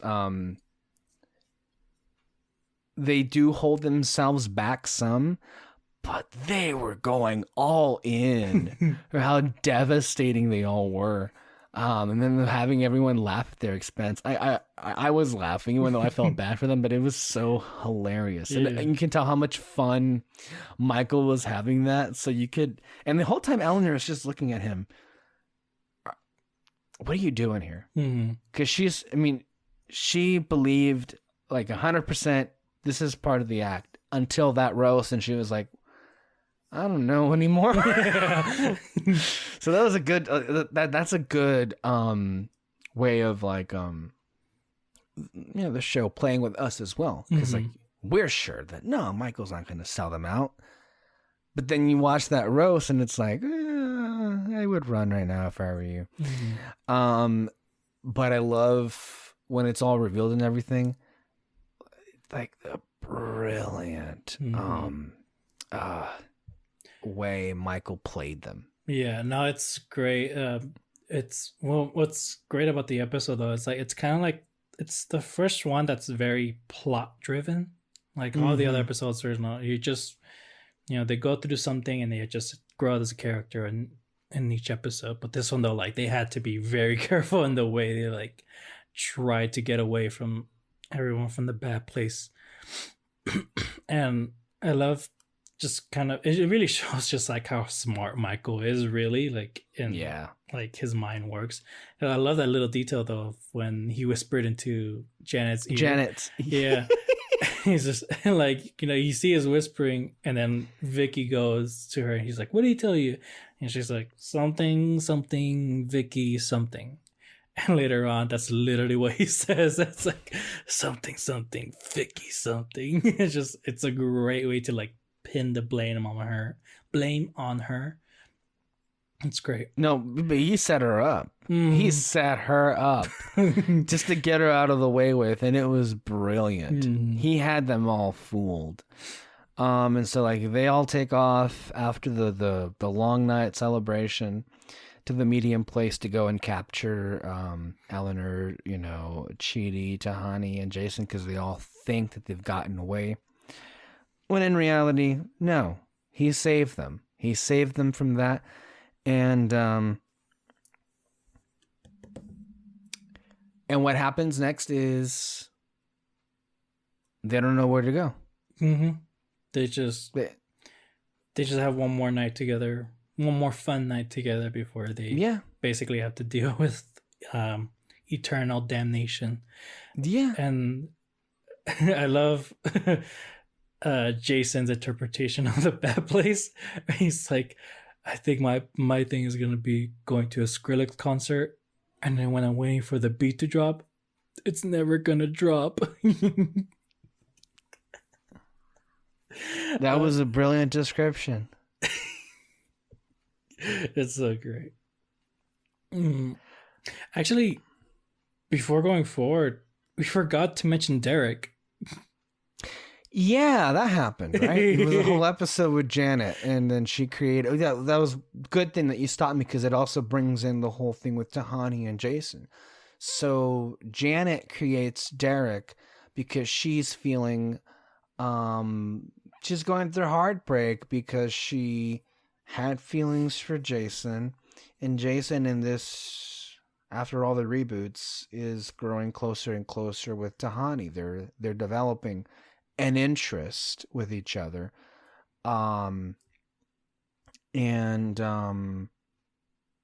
Yeah, Janet kind of like is going through the motions of heartbreak, and she creates Derek. What do you think of Derek? Derek is just her rebound boyfriend's son. Yep. That's kind of the best way to describe it. No, but I mean, again, though, the actor, I mean, not again, but the actor that plays Derek, he's another person that like does a lot of improv and all that. And apparently, I heard that every episode, like, I guess towards the end of the 4th and 3rd season, whenever the script is feeling like off, like it's just like it's not that funny, they'll add him in just to like make it funny. Just that was just an interesting thing that I learned about him. But yeah, Derek though, it's insane, just kind of like what he has to go through to kind of like make his scenes work and all that. Because like a lot of his lines are just Derek. That's all he says, and so like they really have to be careful with like how many times he should say it and all that. No, he's just a ball of madness and chaos, but it's fun. Yeah. What did you make of the whole thing with Jason and Tahani? That was, I honestly didn't really think of it much. It was just, yeah, it was just kind of like it makes sense as to how they work together, because again, Jason's the type of person who just really doesn't give a shit about anything or like what anyone thinks of him. Like he knows exactly who he is and all that. And then, but Tahani though, she cares about what everyone thinks about her and everything. And so it's nice that they're, that they really try to learn from each other really through this relationship. But, once you see the whole show, you'll go, no, this is wrong. You want Jason and Janet together. Yeah. And that's actually one. That was actually one cool thing they did in the beginning of the 2nd season, was to kind of like reassure you that Jason and Janet are gonna be a thing. Because like she gets rebooted again for like I guess the 3rd try or something.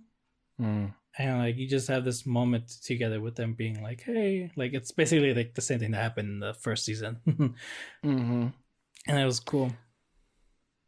And so as we're moving forward then, they go to the actual bad place, because what they decide is they're going to find a way to weasel themselves into the good place, or they're going to go to the judge with their case. But the only way to get to her is through the bad place. And so we're on this fun train ride to the bad place. By the way, I should have mentioned it. Bad Janet is hilarious. Oh my god! I thought that Janet was great, but Bad Janet, oh my god! I never thought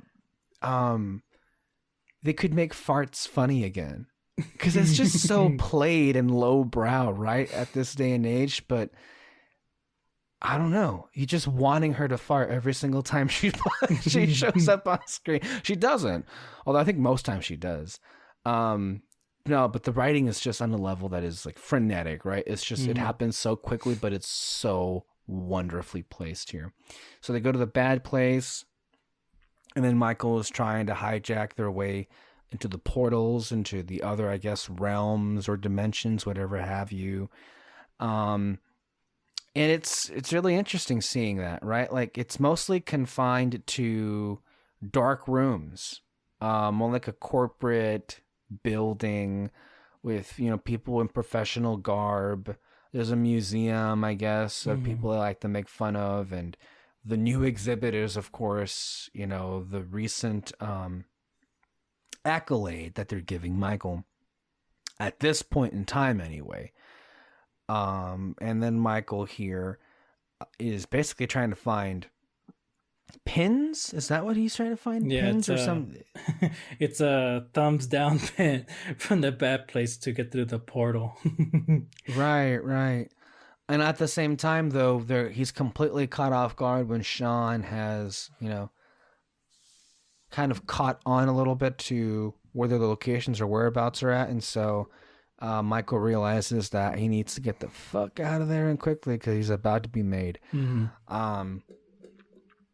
And yeah, it's really interesting seeing certain characters blend in the bad place. Some have an easier time than others. It was hilarious watching Chidi try and, because, the guy can't lie. Mm-hmm. He doesn't want to, and he's also bad at it. Until this episode where he actually I'm impressed. Yeah. Where you're going like, wow, Chidi, you're doing a good job holding up with these people or these demons. Sorry. Mm-hmm. Even when he gets mistaken with for someone else by a group of demons that apparently were roommates or something. I think it was Dax Shepard that played one of the demons in that scenario. All the while, we should, I think you gave him a shout out earlier in the episode, but once again, to commend the wardrobe department. The costumes are so amazing. No, yeah. Sorry. No, when they get to the bad place, it's just hilarious, honestly, all around for just Chidi and everyone else. Because I love the fact that Eleanor and Tahani Tahani gets she's really into it. The whole thing, really. Just she blends right in. That's her scene. I mean, she loves parties, No, but then I love it when Chidi, he starts to finally lie and he's just really trying to exaggerate, being one of the boys, I guess you can say, of the whole situation. And no, honestly, what killed me the most though in that episode, it was when they I guess raid the middle place to try to find the group. So we didn't mention the last thing that we hear from Derek is that he goes to the middle place to trick Sean and the rest of the bad people, demons, that they're there. He goes with a bag of cocaine to the lady who lives in the middle place. And so that when they raid the place, it's just Derek and her, but they're having sex and all you hear is chimes. And you remember he doesn't have right, yeah. genitals. So, it's just chimes down there for some reason. And you hear the woman go, "This is so weird, but it's great." Oh my god, this show's so weird. That entire sentence did not make any sense at all. Right? If you're hearing this without watching the show, what is wrong with you? I'm sorry. I think it also helps to illustrate just the unique zaniness that is also part of the charm for this show. It has a humor that's all its own. It's not common at all, I think, and that's what kind of makes it feel special. Because this is hilarious stuff that we're working with here. We're laughing at fucking wind chimes. Yeah, wind chimes for penis. Oh my god. That did happen. God, man. I will say though, but it also, I feel like we should also mention, of course, the show delivers on laughs and twists and wonderful writing of all sorts. But I think that this is a real big moment. And they've had several, but this is a really big heartfelt moment that they're going for and it lands so well. Michael sacrifices himself. Mm-hmm. As they're all trying to escape the bad place, he doesn't have enough pins, and so he gives his last pin to Eleanor, pushes her through the portal, and gets captured. And that scene, it's a nice throwback to the train scenario where he goes, I finally figured out the solution. And she's like, well, what are you talking about? And he's like, the train thing. It's like, I know what to do. And he sacrifices himself, and it's a really great throwback, honestly, to a scene. Yeah. And actually, one funny part though, when Sean finds out that Michael's like betraying them and all, there's like a scene where like you see Sean coming in from a hallway, but he's like on the second floor or something. And the guy, Mike Shure, I think that's his name. He talked about that when that scene came up, his sister, like, she was watching the episode with him, and she goes, "You look like a badass in that scene." It's just a funny thing that he mentioned, because it is kind of badass though, because she's just kind of like, at first she's just like, you find him pretty funny and all that, but it was like that little moment though where he is kind of like, oh shoot, he's the bad guy of the show now. Yeah. Really, wow. But no, but again, they really built up that scene of Michael sacrificing himself for Eleanor, because again, they really try to build up their friendship in that moment, in this season. Yeah. And as the season progresses, we are introduced to a major player in this universe. The great Maya Rudolph comes in here as the judge of the universe. I don't know why I didn't see it coming with the casting, but oh my God, what perfect casting! The way that character is written, and again, I find myself at a loss for the right vocabulary to apply to her, because this is an omnipotent being. This is a being that is in charge of the universe, basically the judge. She wears judge robes. And there are so many ways you could take a character like that, but of course, this is a good place. This is Mike Shure. I think you have a good idea. Whatever is planned for a being or a character like that, it's gonna be wacky.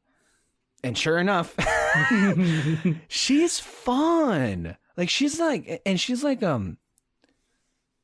has because it's Maya Rudolph, right? And it's her face and her likeness. Like, she comes off as like this pleasant, approachable person, but also strict and stern, and not one to be so easily convinced or swayed one way or the other. And and she establishes herself as this being that basically has spent all of time doing nothing into like a case like what Team Cockroach is trying to bring to them isn't one that hardly ever happens.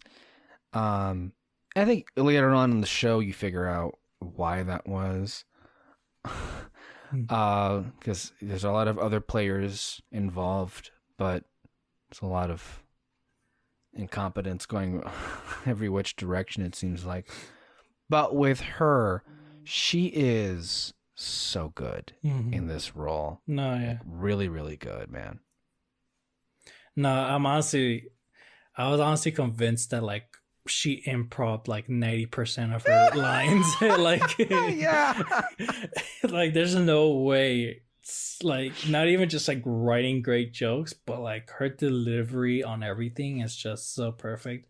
I laugh so much at the part where she's talking to Tahani, and like Tahani's trying to explain to her like the situation and everything, and she's just like, you know what? I love your accent, so I'm just gonna let you keep talking. As like then she explains it, and I love the joke that she goes, "Say aluminium." Then she just loses her mind. Like, oh my gosh, I love the way you say it. It's so ridiculous and everything. But actually, no. So when they go to like, I guess the judge's room, the first thing you see is a burrito on the table. Yeah. You have the entire cast, the entire group go, is that the judge? Just like, he's like, and Eleanor, she goes, we've seen weirder. This could be it. You almost buy it ourselves, yes. Right? It's like, because it's okay. Like, could it be? This is the kind of thing that would happen on this show. Mm-hmm. Then it doesn't. And you're like, well, no shit. And she just pops up out of nowhere. It's like, what are you guys looking at? And they're just like, what? Yeah. No, but Maya Rudolph, oh my gosh, she's the best thing in this show, honestly. And then, I mean, with it is a hard case, right? The Team Cockroach knows it's a long shot what it is that they want to attempt, right? But the judge humors them, and she gives them all tests. And I think the condition is that they all have to pass, right? And what did you make of all of those tests? Jason's was the funniest. No, wait. Yeah, actually, yeah. Jason was the funniest. Tahani's, though, it was honestly hers, like, made me really sad. So, like, her test, yeah, she's passing all these doors, and, like, it's every person she's ever met, and they're all, you know, if she goes in, she'll find out what each person thinks about her. And she's doing a great job until she sees her parents' door. And she goes in, talks to them, and she goes, even in this situation where you're supposed to talk about me, you talk about my sister. Like, how am I not even a thought in your mind or something like that? And she finally gets the lesson that she should have learned a long time ago, which is that who gives a shit what anyone thinks of you? Like, you just got to live your own life on this. And then Jason's, he had to play an NFL video game, basically. Madden, I think. Yeah, Madden. But he has to play against his favorite team, the Jaguars. And he's just like, oh, man. But then later on, they realize, like, you know, you could have just said that you didn't want to play at all. That was the whole point of the test, really. I can't remember exactly what his test was, but I just find it funny, though, that, like, really the only way to pass it was for him to just not play. And he just didn't even think of that. And then Chidi had to decide between two hats. And it took him like an hour and a half or something. But I like the fact that Eleanor was the one that did actually pass her test. And it really is just like big proof that she did change throughout this entire situation, throughout all these 800 reboots, that she really did grow to her best self. And when the judge says, like, oh, the only person that passed it, no, she was gonna say, like, Eleanor did, and Eleanor interrupts her and goes, nope, I failed. Yep, we all failed. Oh well. And I love that look the judge gives her of, like, a bit of respect to her. Yeah. She kind of be like, I get you. All right. Yeah, you all failed. You'll go to the bad place. All the while, back in the bad place, Sean is taunting Michael, you know, telling him about how he's going to be retired or incarcerated or whatever. He and Bad Janet. But wait, it's not Bad Janet. It's actual Janet in disguise as Bad Janet. And they bust out and they travel to where everyone else is at. Again, I was surprised. I was surprised. I didn't think Janet was at the point where she could commit to that kind of personality change, but she got me. That was convincing. No, it was like a slow setup. But so basically, when Michael had to reboot the test, I guess he also had to reboot Janet. And she mentions, and she goes, you know, wait, how many times did you reboot me? And he's like, I don't know, 800 times. And she goes, well, every time a Janet gets rebooted, they become a little bit more like, I don't know, smarter or something like that, or advanced, more they get an advanced. upgrade. Yes. I was like, I might be the most advanced Jen ever. And I love what she does. She like pats her head and rubs her stomach at the same time to show like how advanced she is. But that's how she started gaining feelings, or what she thinks are feelings, to Jason. And it's how it led her to be able to lie, and even though she's a good Janet. Because we saw when a bad Janet tries to be good, her face melts. So literally, yeah. So who knows what would happen to a good Janet if she lies. And so yeah, it was it was a great setup from the beginning, and a great payoff, really, for that scene. And also just great for Michael as well, because I mean, it's a wonderful exchange, between Sean and Michael, and it's a great showcase for, in what short amount of time, how much Michael has grown and changed, from what he used to be. And so they all get back together with the judge and Team Cockroach, and then Michael was like, but wait, what if I told you that the very calculus for which we judge what makes a good person and a bad person has been wrong the whole time, and we've condemned an eternity of people, or we've condemned millions, or I don't know, billions of people to eternal damnation. And then I love when we cut to the judge, and she's like, wow, now that's interesting. She's all excited. It's like, man, that was a great cliffhanger, bro. Basically, like, and she's like, entertaining it. That was a great way of setting things up. Yeah. And then remind me, what happens immediately after that? Is that what he proposes? Is this when he proposes about... Oh, go ahead. I don't think they reveal what... I can't remember if they actually show what the idea is. I know the conversation between Michael and the judge, like, they don't say what the plan is, but you just get the idea of, like, okay, this is a crazy idea. This could have, like, incredible or catastrophic consequences. Who knows what will happen? But I can't remember if they show, like, they give you an idea. Should we just say it, or just...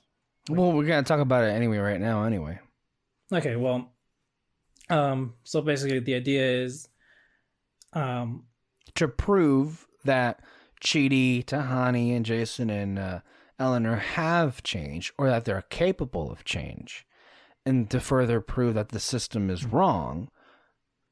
Well, it's that people need a little push in order to change, to become good people, basically. And the way they come up with the idea to test this theory out is by sending them back to Earth and change time by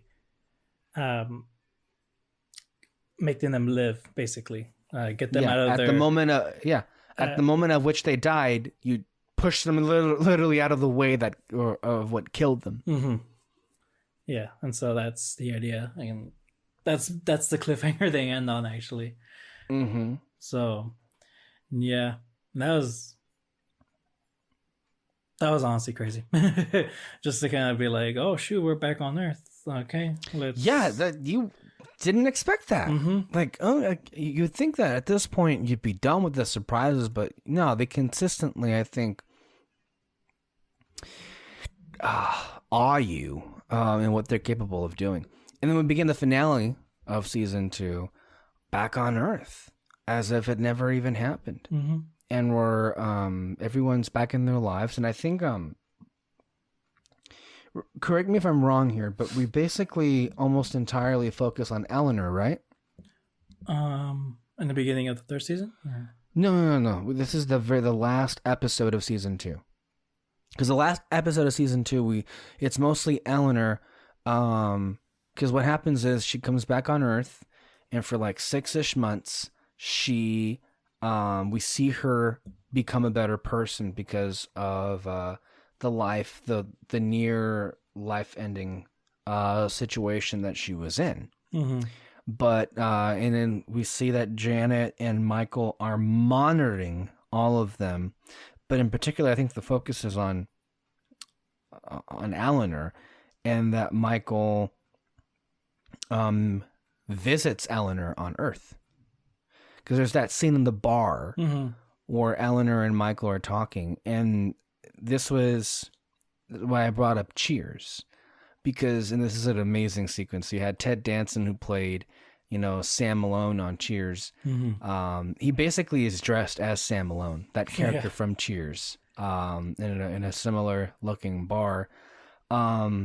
And it was just a moment in television history. It was just weird to have like that, him inhabit that character again after such a long, long time.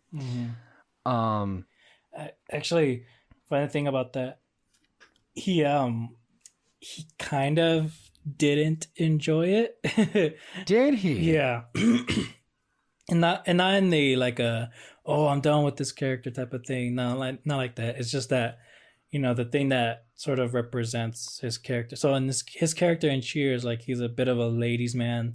He's always getting the girl and all that. And so kind of like him going back behind the bar and the thing that represents it, he found it weird because, like, he's like, how old is he, 60 or something? And like, he's with Eleanor, who's like half his age. And so again, just like what it sort of calls back to, I guess, him doing that, it just feels kind of wrong.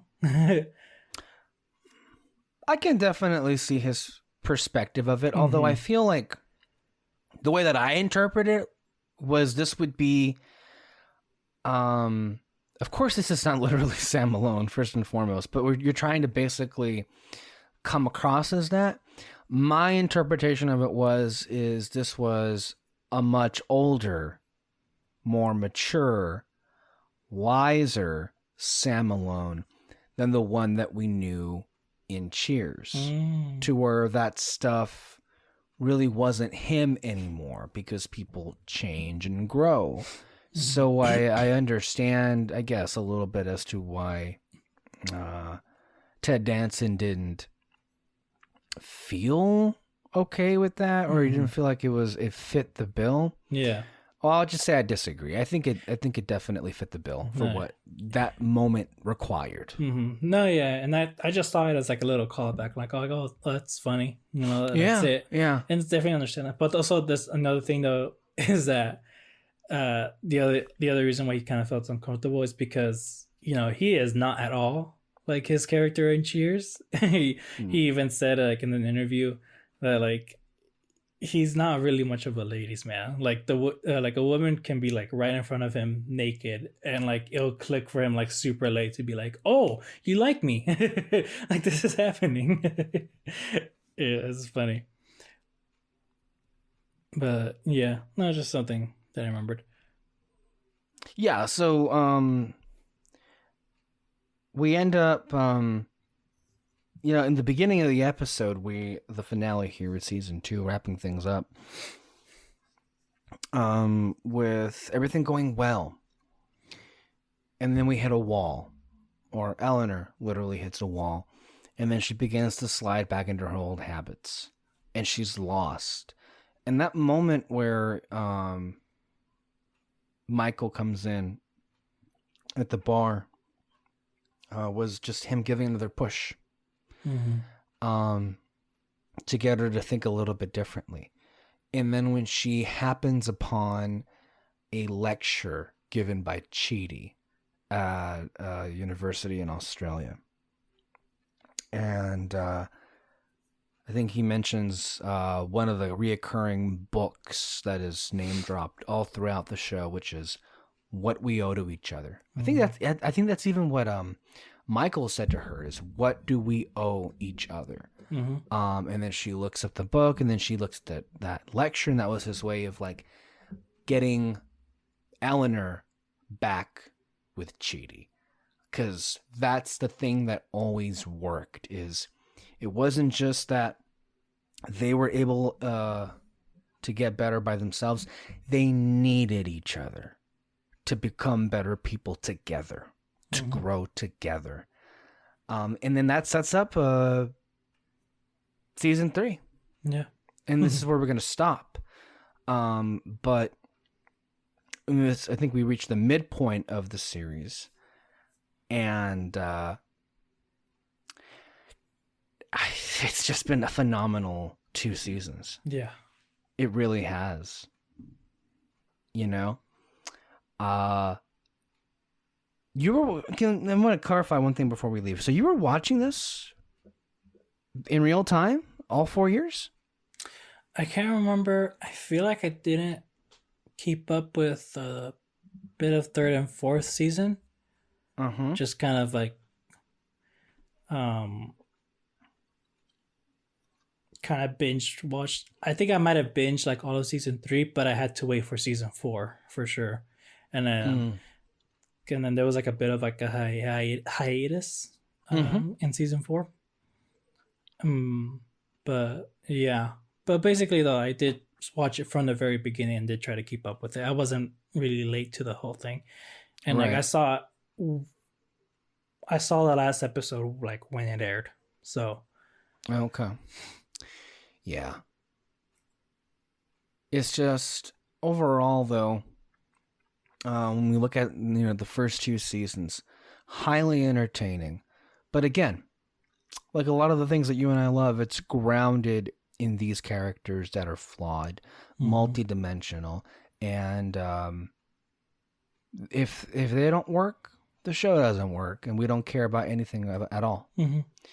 But at least for like, as we're ending season 2, what definitely struck me was, the full realization of what this show is about, and like, oh my God, this is literally a show about goodness and the potential goodness that people have, that all of us have, and showing that to the world.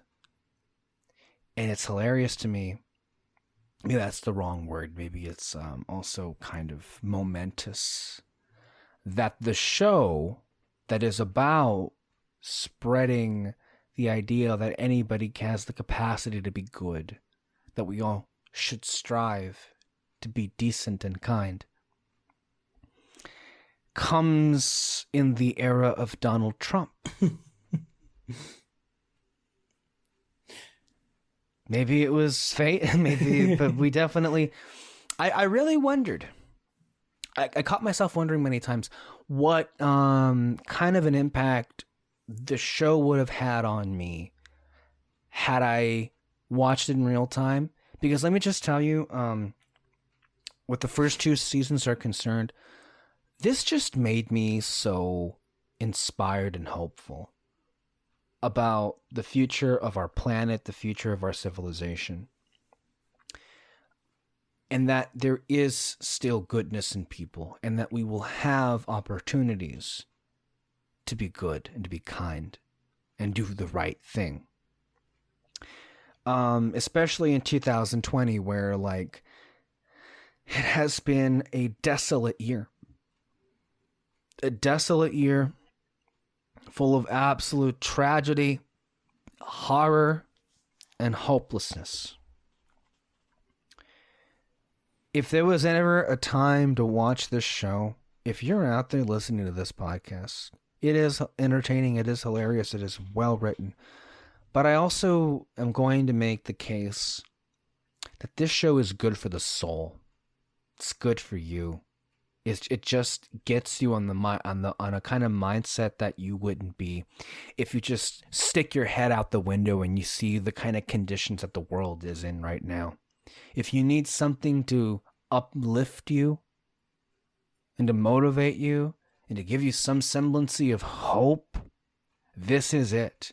Because the whole philosophy of this show is, no matter how crappy of a person you think you are, you have it within you to be better. You have it within you to push everyone forward for community, for society, just to be decent and to be kind. And it's important, I feel, for that kind of programming to be out there, especially at a time now for where we're living in. So, cannot recommend this enough. I also hear, though, as David tells me, that if you do love the show, it would be pertinent for you to listen to the podcast called The Good Podcast. Can you briefly describe what that is, David? It's called The Good Place, the podcast. And The Good Place, the podcast. I know it's a weird title, but it's hosted by Mike Shure, who plays Sean. And he just every episode. So the first, they actually kind of go by episode. And every single one, he brings in one of the actors or actresses, but also some of the costume designers, the creator himself, Mike Shure, and all that. Just a whole bunch of guests. I think like one of the recent ones that I've listened to had an animal expert, I guess, because there's an episode in season 3 where I'm sorry, I can't remember, but I'm sure in season 1 and 2 there's some episodes with animals in them. But yeah, in season 3 there's one episode where there's like a shit ton of animals, and they had the person who was basically taking control of all of them, and it was really interesting, just kind of like what they had to go through and everything. But every single episode though, it like someone brings up just how amazing this show is, how amazing it was making it, and that it's a good show. There's like it's just all about them praising it, and it doesn't come across like they're really trying to come up with stuff to like say, but no, everyone there, they genuinely love making this show. And it's how in the podcast is how I got some of those fun facts that I've been talking about throughout this episode. But yeah, I highly recommend it. And at one point, like I said, the show took a bit of a hiatus, and right now I'm on the parts of like where they had to fill up the gap. They did like a Brooklyn Nine-Nine special episode. They had the writers for that and one of the actresses. And they're also just bringing in people who were fans of the show, talking about praising it basically. So yeah, it also is interesting, I guess, for us in terms of like our programming, right, for our podcasts. And it's interesting how everything has kind of fallen into place for the last couple of months as we're closing out 2020, because there seems to be a through line that has formed. And that is, so this is, talking about, this shows the afterlife, basically, and what happens. We basically just had a ghost-themed month of people who've died, and ghosts that haunt you and everything. There's just something, I guess, poetic about how we're closing out this year, and hopefully this will help in, closing it up in a more uplifting manner. We're talking about Guillermo del Toro's movies, which are also can be considered in that kind of variety depending on how you view them. And a lot of things that have, in common. Soul will be the last movie that we close out the year with. Soul, the Disney Pixar film that is going to be on Disney Plus, premiere on Disney Plus, is literally about the great beyond, as they call it, or the great before, whatever concepts that they have there. So I just find it interesting, the timing of all of this, because it is unfortunately a tragic year. There's been a lot of death. There really has been. And a lot of people, I'm sure those have just been thinking about it more than they care to. I have thought more about death, the concept of death, more so this year than I ever have in my whole life. I shouldn't be thinking about that. I'm 25 years old. I should not have to be thinking about those things right now. But because of the state of the world, you just can't help it. I mean, it's everywhere you go. You're reminded of it literally every single day. And I like to think that, things like The Good Place have come along, at least for me, at a time where I really needed to have some kind of, I don't want to say levity, because really this is a deep show. There's a lot of layers to it. but it has brought, I think, a sense of peace a little bit to where we are. And I'm hoping that people listen to our conversation will take us up on a recommendation and watch it. Because it's The Good Place is a good show. Anything else to say, David, before we go? One little fun fact. Sure. The parts where Michael was rebooting over and over the test. So every time he rebooted, he would change I guess like the restaurant of The Good Place. You know, it was first a yogurt place, and then he changed it to like a pizza place, to what was it? Some kind of soup place or something. I don't know. Clam chowder. Clam chowder, yes. Honestly, the thought of them scooping it up, that's honestly disgusting for me. But one funny thing, so one of the writers would just like keep texting Mike Shure all these food puns to name each of the restaurants. I wish I could remember all of them, but like you just gonna have to go back to the episode and like just look at the names, because like, you know, they actually put some great detail into this show. Oh my goodness. Like, I don't know if I can bring it up here. Was it? Yeah, it was in this season. So it was in the second season where they go to the middle place again, and like they realize that they've been there like a bunch of times in the middle place, just like keep having that same conversation of like, we've been here before. What have we done? What have we come up with? And, you know, they see a list of things that they came up with. And one of the papers was like, chase after panda, teleporting panda or something. I don't know. It was some weird thing. And Eleanor went, oh, was that Jason's idea? And she's like, yeah, okay, that makes sense. You know, it was a weird thing. But in the episode where I think Ted Danson was like having no, I think it was in like when they were, all the demons were like celebrating the shutdown of like Michael's Good Place neighborhood.